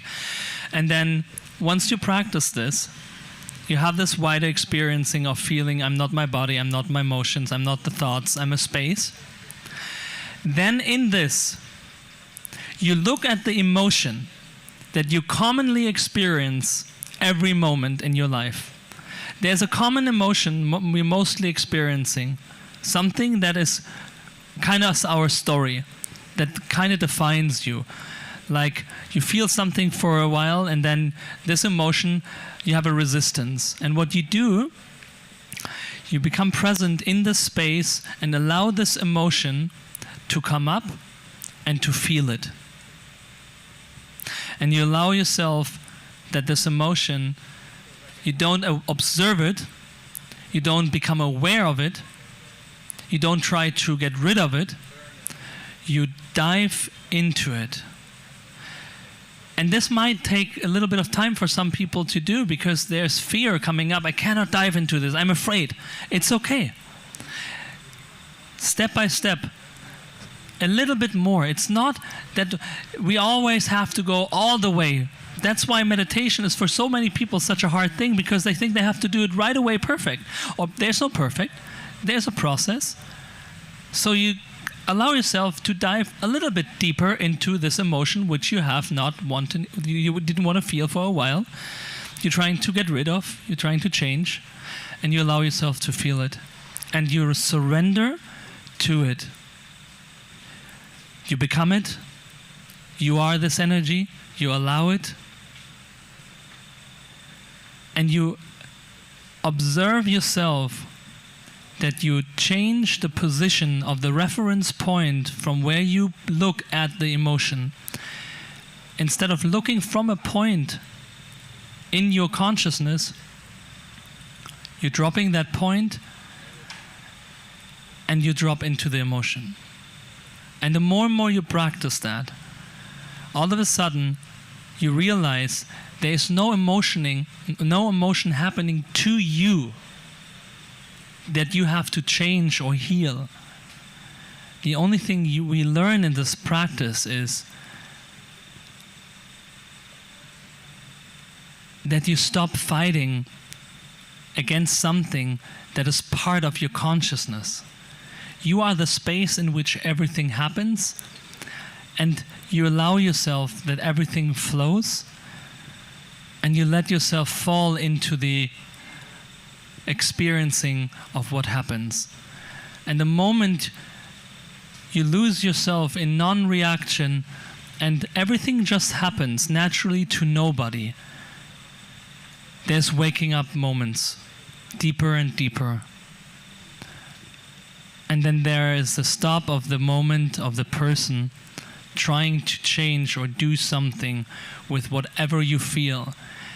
So the question is, how do I surrender?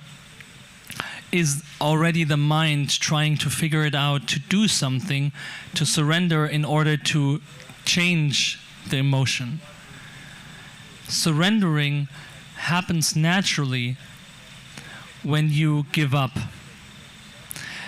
And giving up is really, I'm done. Whatever is you have been fighting within yourself for such a long time, give up trying to change it. Give up trying to figuring it out. Throw yourself and say, you know what?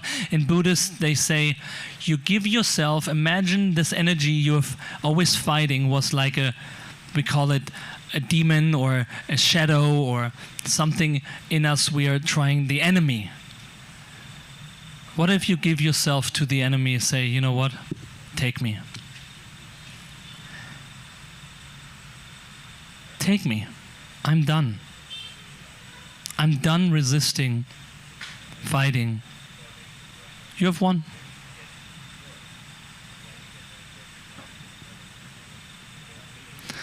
And all of a sudden, something happens.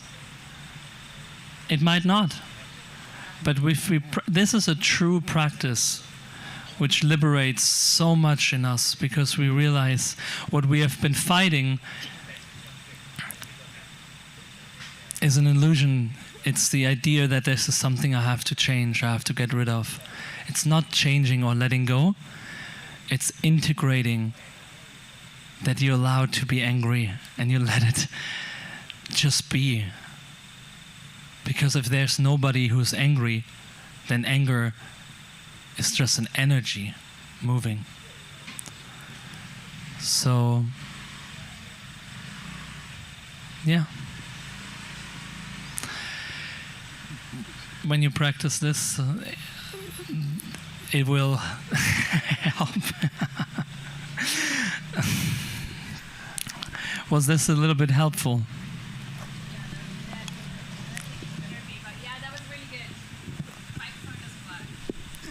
Yeah, that was, so what you're saying is that was really good. So the microphone would tap you straight into the feed, but not to the speaker at the moment.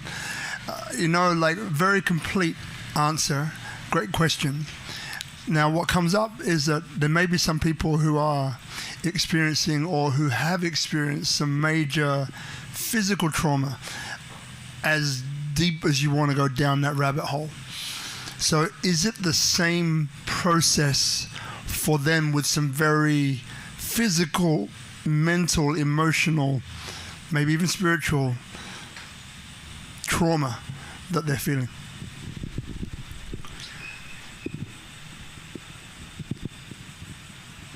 How do you define pain? How can you say something is more painful than the other, right? It's not possible because, first of all, we don't know each other. I don't know how you feel pain and how I feel pain.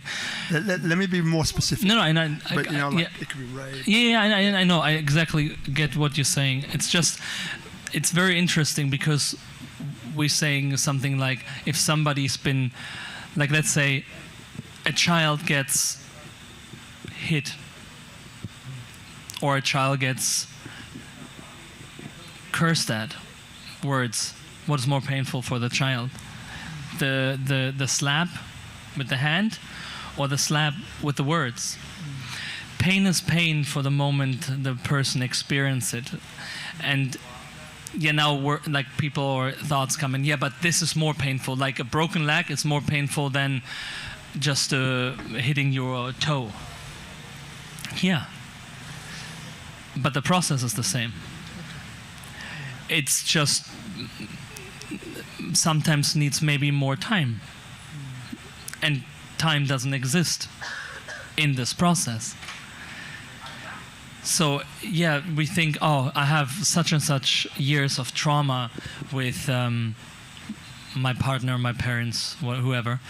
So now I need this much time to heal it. No, you don't. It's time doesn't exist in this space where we just went. I studied a lot Dr. Joe Dispenza's work. I studied East and West, as I said, and Dr. Joe Dispenza opened up also a very complete new way of seeing things. And I've been with him at the retreats, and I've witnessed miracles, really like biblical miracles. People who were in wheelchairs couldn't walk for 20 years getting up. Some people might say, that was maybe created. Whatever you want to think. But I experienced it. But it was just one person. There were 20 people out of 1,600 people there that has biblical experience. There was a guy who was a parachute army jumper. I don't know what you call this. So the parachute didn't open perfectly. He crashed down too fast, broke the first 3 or 5 vertebrae, and then basically was walking and sitting and being like this ever since that. He was a complete athlete before we talked to him. And then in just one meditation, not thousands, not whatever, in one meditation at the retreat, afterwards, he walked out straight. He came on stage after the meditation and explained, look at me. Standing up, laying down, standing up, laying down. He showed, look what I can do. He was like a kid. He was jumping around, walking around because he was so happy to stand up straight again, sitting, laying. He was swimming all day long in the pool when we had free time.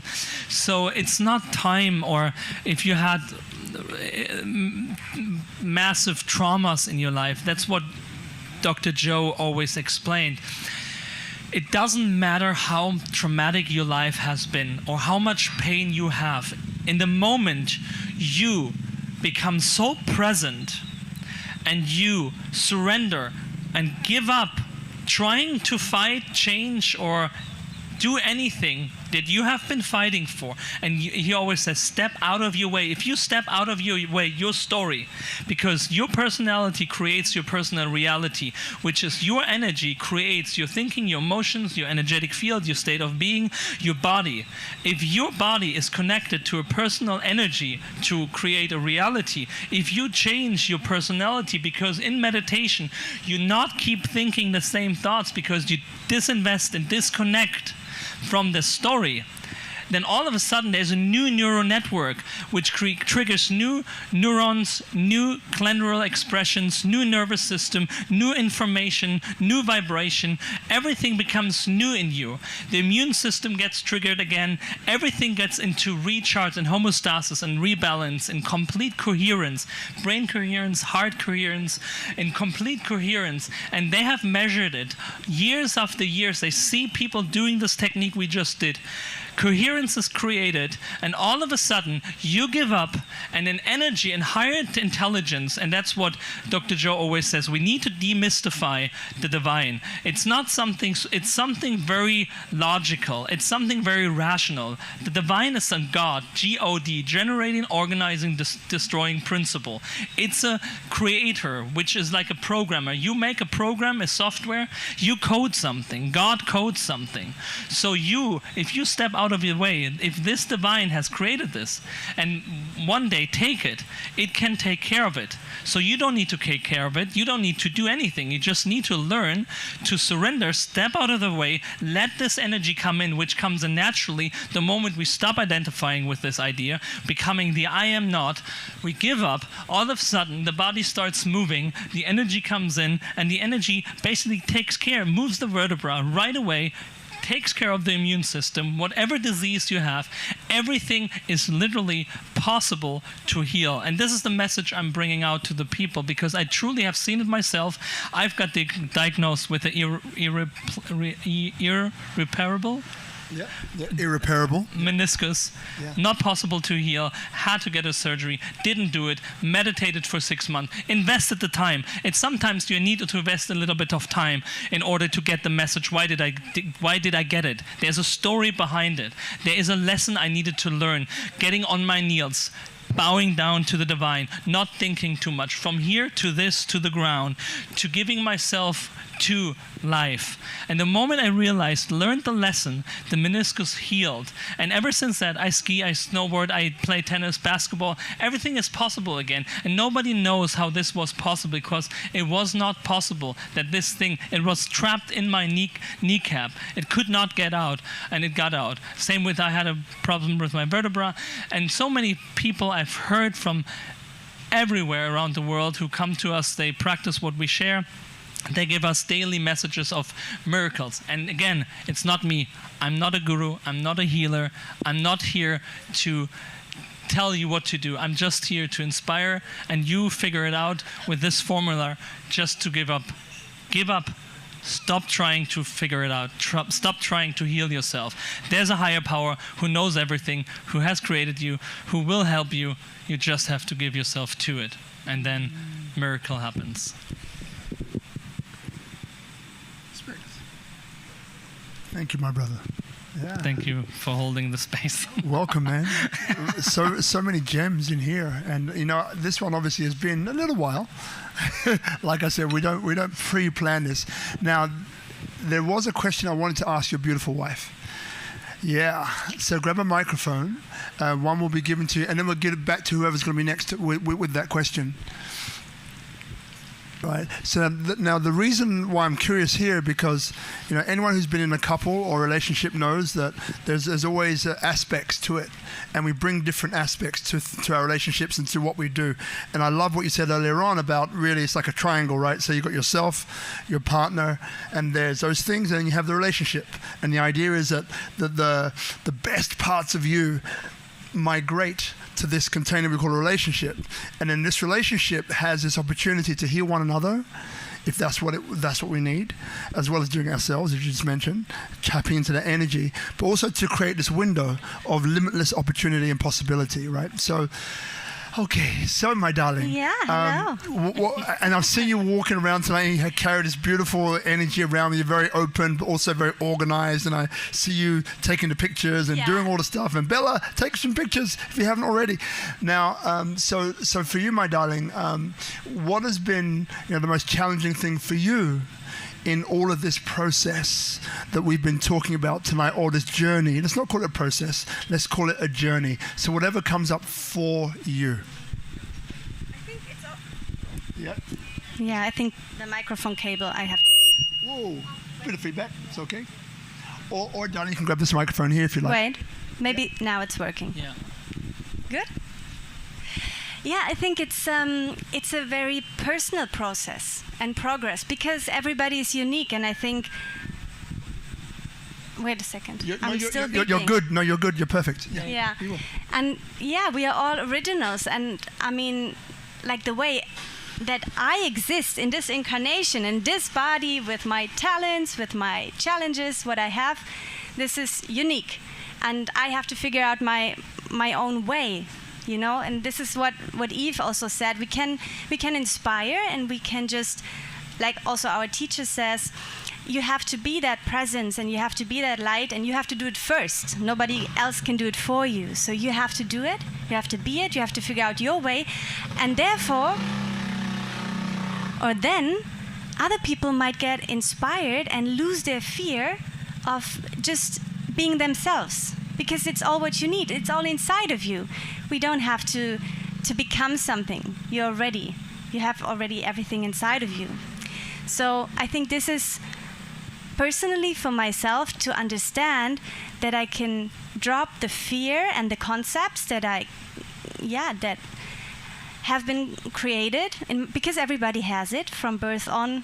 I mean, you have an experience, something happens to you, and maybe you keep it in your heart, and you create that wall in your heart, and everybody has it. Yeah, and then you move on and you experience life, and something happens, and then with your parents, and then with your partner, and then with other people. I think even relationships are the greatest, how do you say, like the stone that that you polish. You know, so it's like relationships with humans are like so powerful, because it's like a soul connection, and helps you to grow, to understand, to see things that you maybe were not able to see before just by yourself.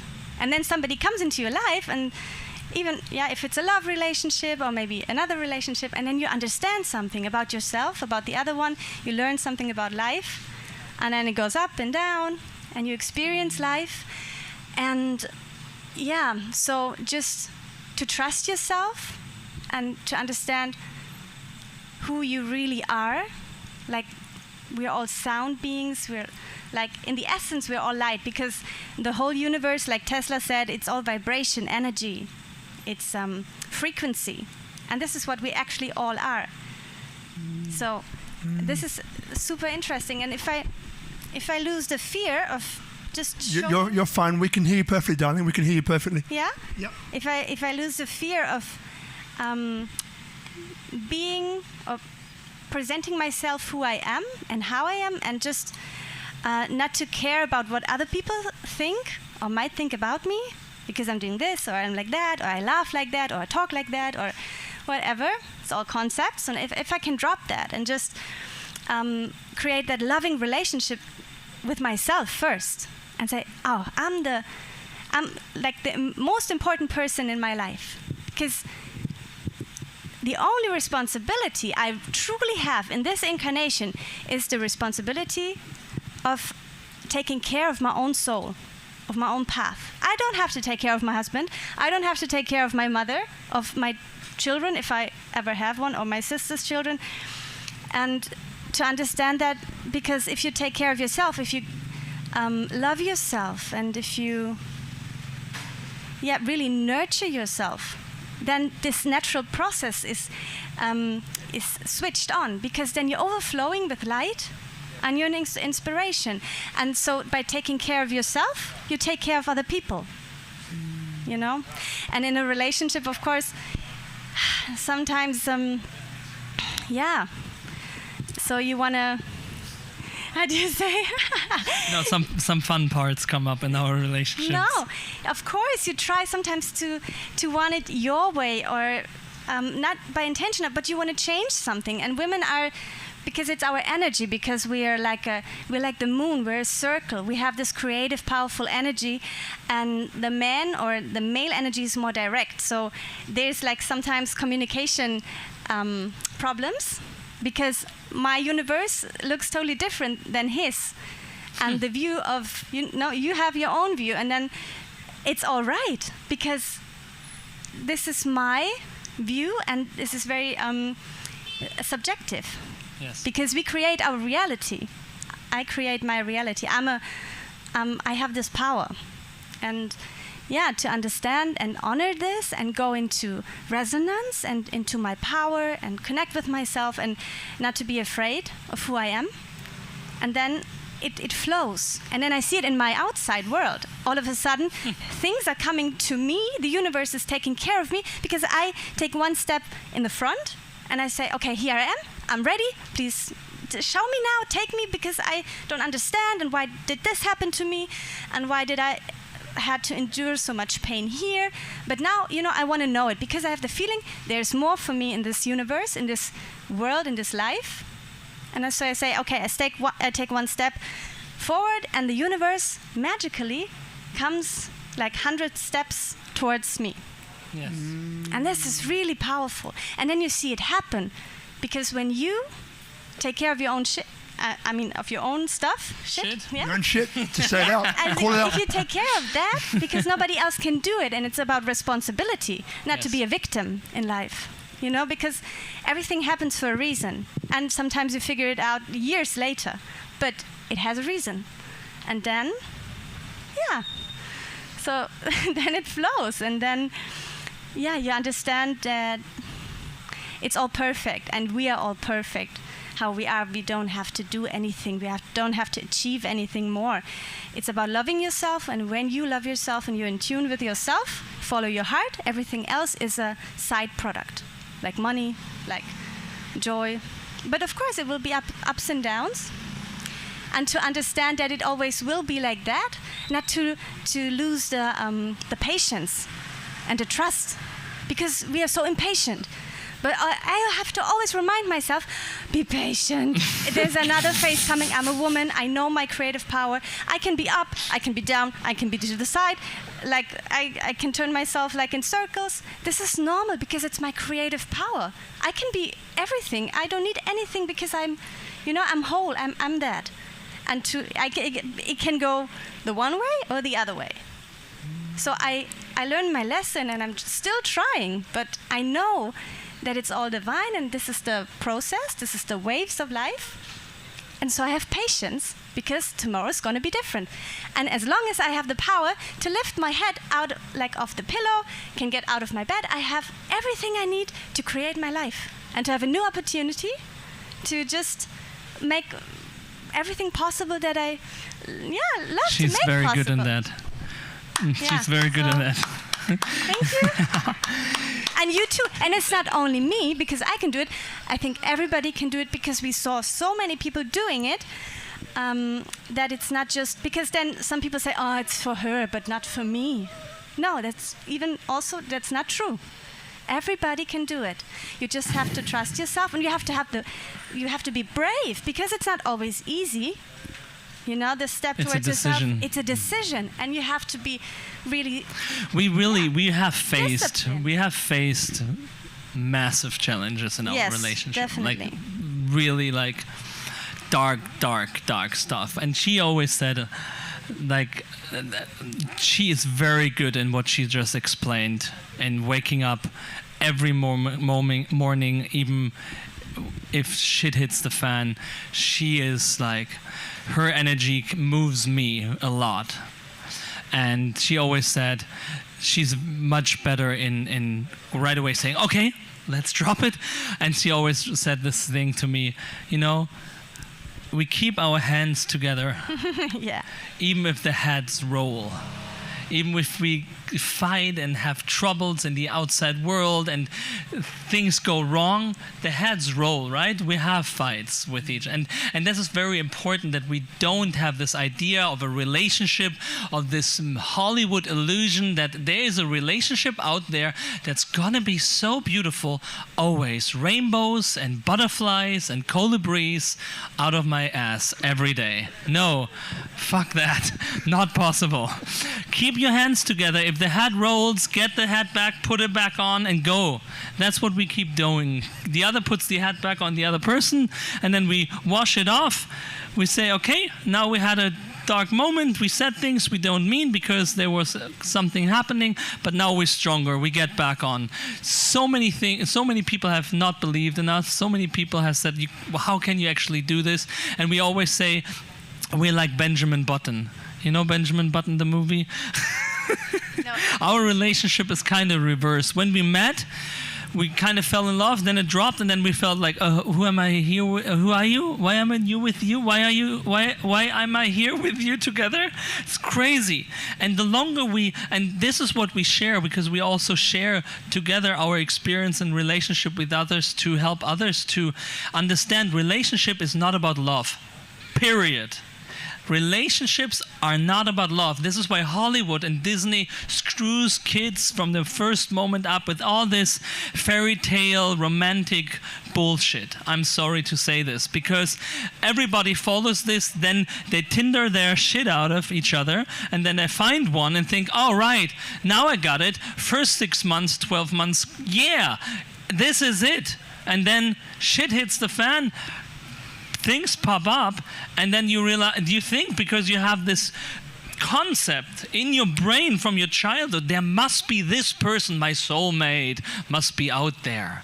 Actually, a soulmate, we are soulmates, and we show each other the darkest stuff of each other, which our teacher always said, well, you're here not for the love, you're not here for the love, because the love, you take care for yourself. That's your job. Love yourself, love the world, find the God's love, find all the love you can figure out, and then this person is here to help me to take down all the walls, all the barriers, all the things that hold me back from loving myself. Rumi said, don't seek love, find all the barriers that stop you from loving.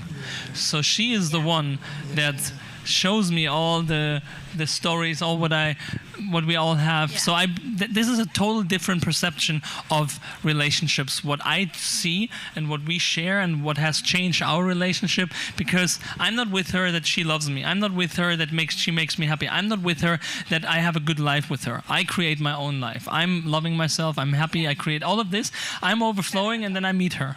And then she does the same for her. And then a relationship, it's a ship of relating to each other that creates a new identity, a new energy. And that can only live through each of us coming together. And then a child is born and grows up into that. So this is how I see not trying to figure out a partner that makes you happy or helps you to love. You are it. Yeah. And what you said, like about this is not love, or love is like bullshit. This is just by saying that we're not here to make each other happy, because we're like beautifully shining, just like we are with ourselves, in ourselves. And there's a nice picture I always keep in mind. What our teacher told us also. The ring. The ring. Yeah. It's like we're two diamonds. Sparkling, very beautiful, very bright. You know, like a diamond is like really. You look at it, and it's like the different facets. We all like that. Shining and beautiful. And imagine these two diamonds on a golden ring, and this is like how I see the two of us. We both have our light, and we shine, and not one diamond is more shiny than the other, or takes the light away from the other, or the attention, because they are separately from each other on this golden ring. But the golden ring is like holds it together, you know. And this is how I wanna, live and see the relationship. This is actually what love is, on what. Because what usually happens in a relationship, and I have experienced it, and most people probably have had it, you find somebody, and then all of a sudden there's only we do this and we do that. Yeah, we love Bali. No, we're very extremely speaking, but it's truly energetically happens. It's beautiful. You come together, you merge, you become one, you have lovingly energy, and it's nice to play this. But if you think this is what a relationship is about, then you're lost, because then you stick to a concept which doesn't exist. So instead of, then you become the we, and then what happens is there's a story, the C and the O, we always share this story. So we come to this planet as a complete being, right? As an O, which is a whole being. A baby is whole. It doesn't have a concept about I. It doesn't have a concept about separation. It's just in the space of pureness. And then we come also here to experience the separation, so it's nothing wrong. Sometimes in spirituality people run around thinking, oh my gosh, I have to get rid of this because I need to be one again. Something is wrong with me. No, nothing is wrong. You signed the paper up there saying, okay, well, I want to kind of experience that. Yeah. It's a game, it's but like we forgot it. You remember. We remember it. You come like in this wholeness, you come to this earth to experience. And then you learn and you grow up, you go to kindergarten, to school, you make your experiences, and these experiences like sometimes feel like, oh, I experience pain or loss, and like this surge starts, and like it's opening up more because you feel not so complete, because people tell you, no, you cannot do this really good in school, you get maybe what do you want, like in school, what do you want to become, what do you want to be when you're older? Right? Yeah. So the O starts to separate naturally because the ego comes in the I, which is part of the game. So the C runs around in the world trying to, I'm going to figure myself out, and I'm looking for the job. I find hobbies, and I try to become whole again. And for a minute, it works. And then you come together as two, and you become one, right? So you experience this. This is why falling in love feels so whole. It feels so complete. It feels so amazing because there's a circling energy again. You feel whole. But this is a trap because it's just chemicals in your brain. Unfortunately, it's the truth because it's just chemistry in your brain that creates this illusion, like a drug. And you think then after this is over, I better go to Tinder and find a new experience of that, right? No, because it loosens. It loosens not so again. Stable. It's like a magnet, but loosening because there's all of a sudden, the next sensation. We are in hedonism, right? In the world, pleasure, pleasure, pleasure, instead of. What's the opposite of hedonism is, forgot the name. Instead of looking for the pleasure, we need to look for the deeper soul happiness, the truth of eudaimonia. Yeah, I forgot the word. Anyway, so we look for the pleasure in the relationship, in the job, in the drug, in the traveling, in whatever, and then we feel it for a moment. We become one with the traveling. We become one with the experience of it.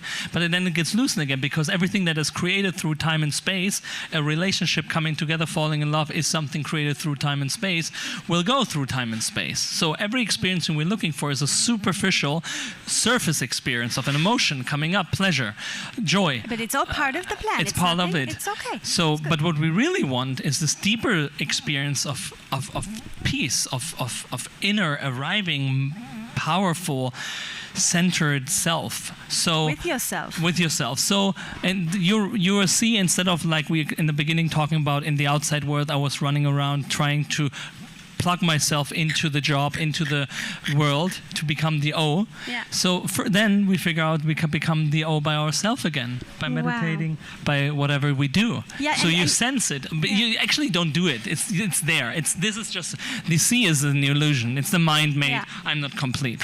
But the O is the truth. So it's like you imagine you have the C, but the O is still there. So when I take care of myself, not egoistically, not self-centered, I truly take care of myself. I'm figuring myself out. I find this, and then I'm feeling complete. And then I walk around, and I find another one that's complete. Click. As more or less complete. And you have the infinite infinite 8. Yeah, it's like the infinity. And then you become. This is a true relationship. Two complete in centered beings. Energy is flowing beautifully. Energy flows naturally. Sometimes you disconnect, but you come back. But you know this exists, and out of this, true creation will happen. And this is what I believe is the world where we're heading. And we all here to polish each other, to fight, to remind each other, and then take the walls down. I love myself, great. Even with all of this, I find peace in no peace. I find balance in no balance, and then we come together. Not just relationships, but also projects, work, and then I truly believe this is then the abundant new universe world we're gonna co-create all together. Hopefully. Mamma mia! What a beautiful couple. Co-creatively, interdependently connected. I love that infinity sign of the two circles coming together. I love the ring analogy of two diamonds on the same ring. I think it's amazing. Me too, it helps me so much. Yeah, and if you two are not doing podcasts and stuff together, I reckon it's something to look into. We're teaching this all We teach together. We should do podcasts together. Yeah, because I mean, we go live. Yeah, we've gone for longer than we usually do. Let's put it that way. Thank you. but I'm still very alert, very awake, very curious, right? Because it's a beautiful energy that you two create that infinity sign. beautiful, and it's enthralling, right? It's something that the point of SpeakuP Monday is about people inspire people. Yeah. Bineka Tunggal Ika, right? That unity and diversity. There's things that we want, and we share these things in common. Whether we're the same color, different color, sex, different sex, doesn't really matter. It's just wanting to be fulfilled in what we do, love for who we are, accepted for who we are, right? And you two really embody that individually and together, which is a beautiful thing to see, to experience. Thank and you. It gives power to everyone else, motivation and drive and reminder, right, of who we are, who we can be. I love the work of Joe Dispenza. Oh, yeah. The guy is amazing, I agree. And I mean, the book, The Brain That Changed Itself, was the first book which I read, which just blew my mind. You know, The Brain That Changed Itself, like years ago. But, wow. So what I want to do here, because we can go on for hours, I know we can, right? No, you stay there, girl. You stay there, girl. Don't you move. You stay there, girl. You're part of this. You always were part of this, by the way. So what we're going to do now, right, is that we're going to tie up the show here. But the way we leave the show, right, is by our guests too, right? You can do it together, separately, doesn't really matter. And again, we don't follow a format here. That's why it all just flows the way it flows, right? So, but what I'd love you to do is one thing, and you're staying, because you're going to do it. You're doing this too, girl. You're doing this too, right? And what it's going to be is, you know, one thing that maybe you've said already, or something that comes in as you'd like to leave people with, or something else that just flies in from wherever, and you think, hey, this is what I want to say to finish the show. It's going to happen in about a minute's time after I do this little bit I'm about to do now. So just have a think, or whatever that is. So guys, you've been watching SpeakuP Monday, and again, we don't plan this. As you can see, it just flows, and this is what's supposed to happen, right? So we don't gauge it. So we have 3 streams a week. So tomorrow morning at 7 a.m. Bali time, 9 a.m. Sydney time, I think that's whatever it is, US time, I think it's 4 o'clock West Coast, and that's about as far as my brain can go. Maybe 7 o'clock East Coast. There you go, on Monday. So what we do tomorrow, we have Stephanie Rodriguez, an old friend of mine, and this woman is incredible. Like, she died 3 times, global woman, 1 billion people is what she's looking to impact, and she already has. She is an amazing individual. So on Clubhouse tomorrow morning, SpeakuP Monday Q&A Club, SpeakuP Monday Q&A, tomorrow morning, 7 a.m. If you want to tune in, she is phenomenal, right? So that's going to be that. And then the live stream that we do will be me talking about how to embrace unity, diversity, and inclusion. Unity, diversity, and inclusion. A topic that is extremely close to my heart. From the age of 12, I knew exactly what I was going to be doing. Just came to me in this. It was guised as this violent, racially motivated attack. And out of it came something phenomenally important and incredible, and in the opposite direction of what I've just said. It's really powerful. So that's coming on, when is that? That's Tuesday, that's tomorrow at 5:30 Bali time as well. And then next week we'll be back here at 6:30 Bali time. Lord knows who we've got. I can't remember, but it'll be someone amazing, I'm sure. Amazing what you remember. Someone amazing, just now. right? And this is what it's about. It's about people sharing themselves in such a way that we feel inspired or motivated or just shifted or moved or reminded of something that's really important for us to remember. And that's what you too have most definitely done for me. I knew you had something to say, by the way. You were there before. I'm like, she has got something to say. Of course. Always. She has got something. That girl's got something to say. Yes. So I'm glad we had the opportunity to hear some of it. And now over to you to take it in whichever order you like. Microphone for you, and after I'll give you both a hug and we'll get to it. Thank you. Yes. So, what was the question again? It should be something meaningful. We should say something. Something that you feel drawn to say. Share. To share, could be repeating. Yeah. You start. Yeah. Normally, something like this would put me under a lot of pressure because I want to have like everything perfect and it should be a perfect moment and everything, you know. But now I'm just feeling myself, feeling my heart, and think about what I want to say. And I think, you know, a wise person, a woman once told me, if I had one wish, just one wish for the world, then I would wish that the insecurity of the woman would be taken away. of every woman on this planet, because then we would have a totally different planet. And I think we as women, we have so much power and we're not really aware of it. And we should tap into that space of, be brave, be courageous, to speak up, speak your truth, speak like what really your heart wants you to tell the world, to tell yourself, to tell your loved ones or even strangers, just to be real and to be true and find that true inner essence in that space. And then everything would be totally different, because a woman has so much, she's a goddess actually, and we have so much power of projection. And in terms of relationship, when it comes to the male energy, we should not exclude it, and we should go into co-creation and be very, and not for the woman not to try to go this male way of showing her power, but the female version of creativity and letting go, and just like I said, the universe should come to you, not you trying to run around and do stuff, but just to be in your grace and in your essence. And then your aura gets really bright and wide, and then everything comes to you, what is on your soul path, what you should experience. And this is, I think, really major, because we always, we're still living in a male society. It's not 200 years ago, but it's still, and if the woman steps just into her place and she just has to be herself, then we create the paradise here on earth. What is it? It's already paradise.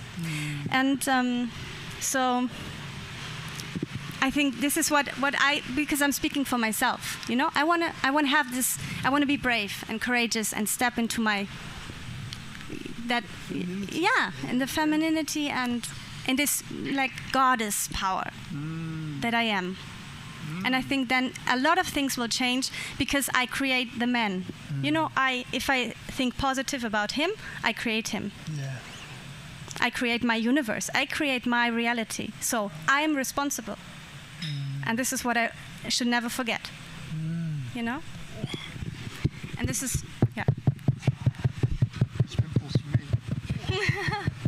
yeah, I think, yeah. Thank you. Yeah. Yeah. Yeah, I think this is what just came through. Thank you for sharing. Yeah. Yeah. What can I say?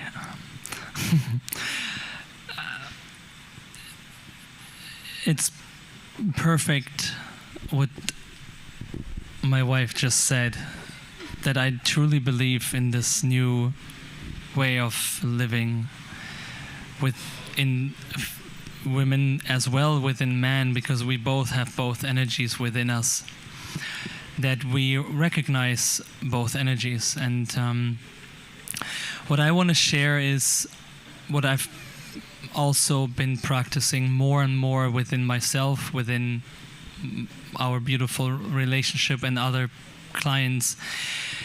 Instead of trying to fix something, giving an advice, a suggestion, whatever the mind thinks what I think the other person should do or shouldn't do. We're so quick with ourselves. Oh, I shouldn't do this. Why did I do this? I should do this. So I want to inspire you. The practice, what we did, basically can be summed up in saying, learning to hold the sacred space for yourself. So more I learn as a male to hold that sacred space in which I can be vulnerable, imperfect, angry, sometimes not the best husband, in a space where I realize I don't have to follow a specific version. The moment I feel I can hold space and learn that for myself, where I truly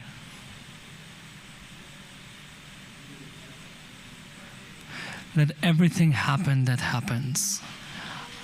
The moment I've been learning this,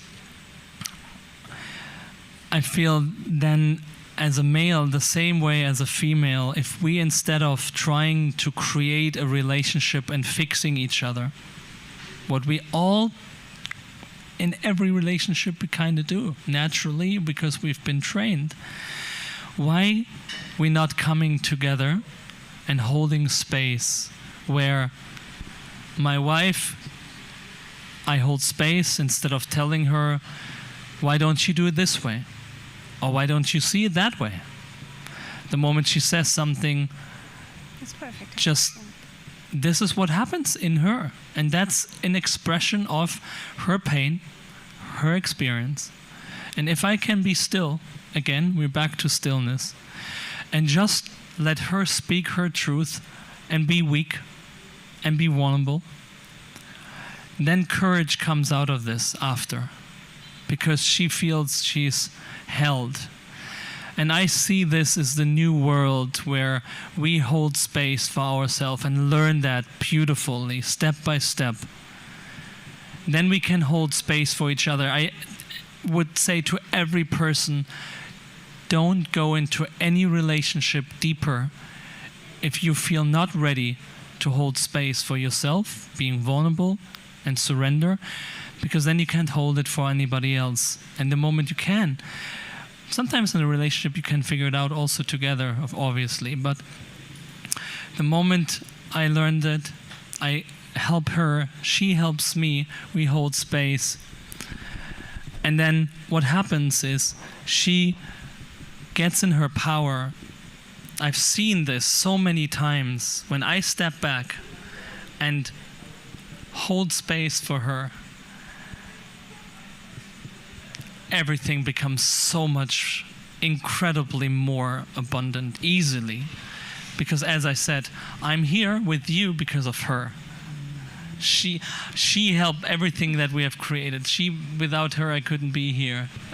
Even sometimes the mind tried to think you sometimes did something, but the woman behind the man, and it's been written all over the world with so many autobiographies, biographies, that behind every strong, powerful man, sometimes is a woman or a partner. It doesn't have to be a woman, a partner. Let's put it that way, because some people have a partner, because it's energy, female, masculine. Some have more feminine energy in holding space for a male, being a male. So that's also some very important to understand. So holding space, learning for yourself, joyfully playing it, enjoying the ride, falling down, getting back up, and have humor, self-humor, and laugh about everything you think about yourself, what you think you shouldn't do and should do, and then come really together, and then as a relationship, male, female, male, whatever,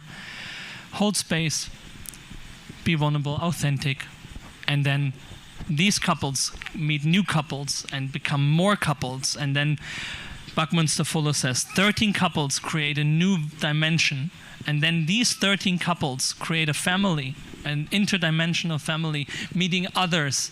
So I truly believe this is a new world now where we come together, holding space, living new way of relationships, and not just like me, her in a small house and having a family. No, us together, individually, going surfing, going dancing, having experiences with other people. Doesn't mean to have always sexual experience, but something deep, profound with ourselves and others. I truly believe that's very important in order to grow, that we are not trapped in this old system of relationships, but really merging as humans. Because we close also, when we are in a relationship, sometimes we close the energy. Let it open, find new beautiful people, and live together. Inspiring. You want to say anything else? Anything else to add to that? Anything else to add to that? No, I think it's good. All right. And all right, well, everybody. Oh, we're good. Everybody, thank you so much for being with us. Very long, but very worth it. Lots of love to you. Share this, spread this. I'm going to give you two a hug. Thank you very much indeed, guys. Thanks, Tropical Nomad. See you next week. Thank you so much. Thank you. Woo! Brothers and sisters.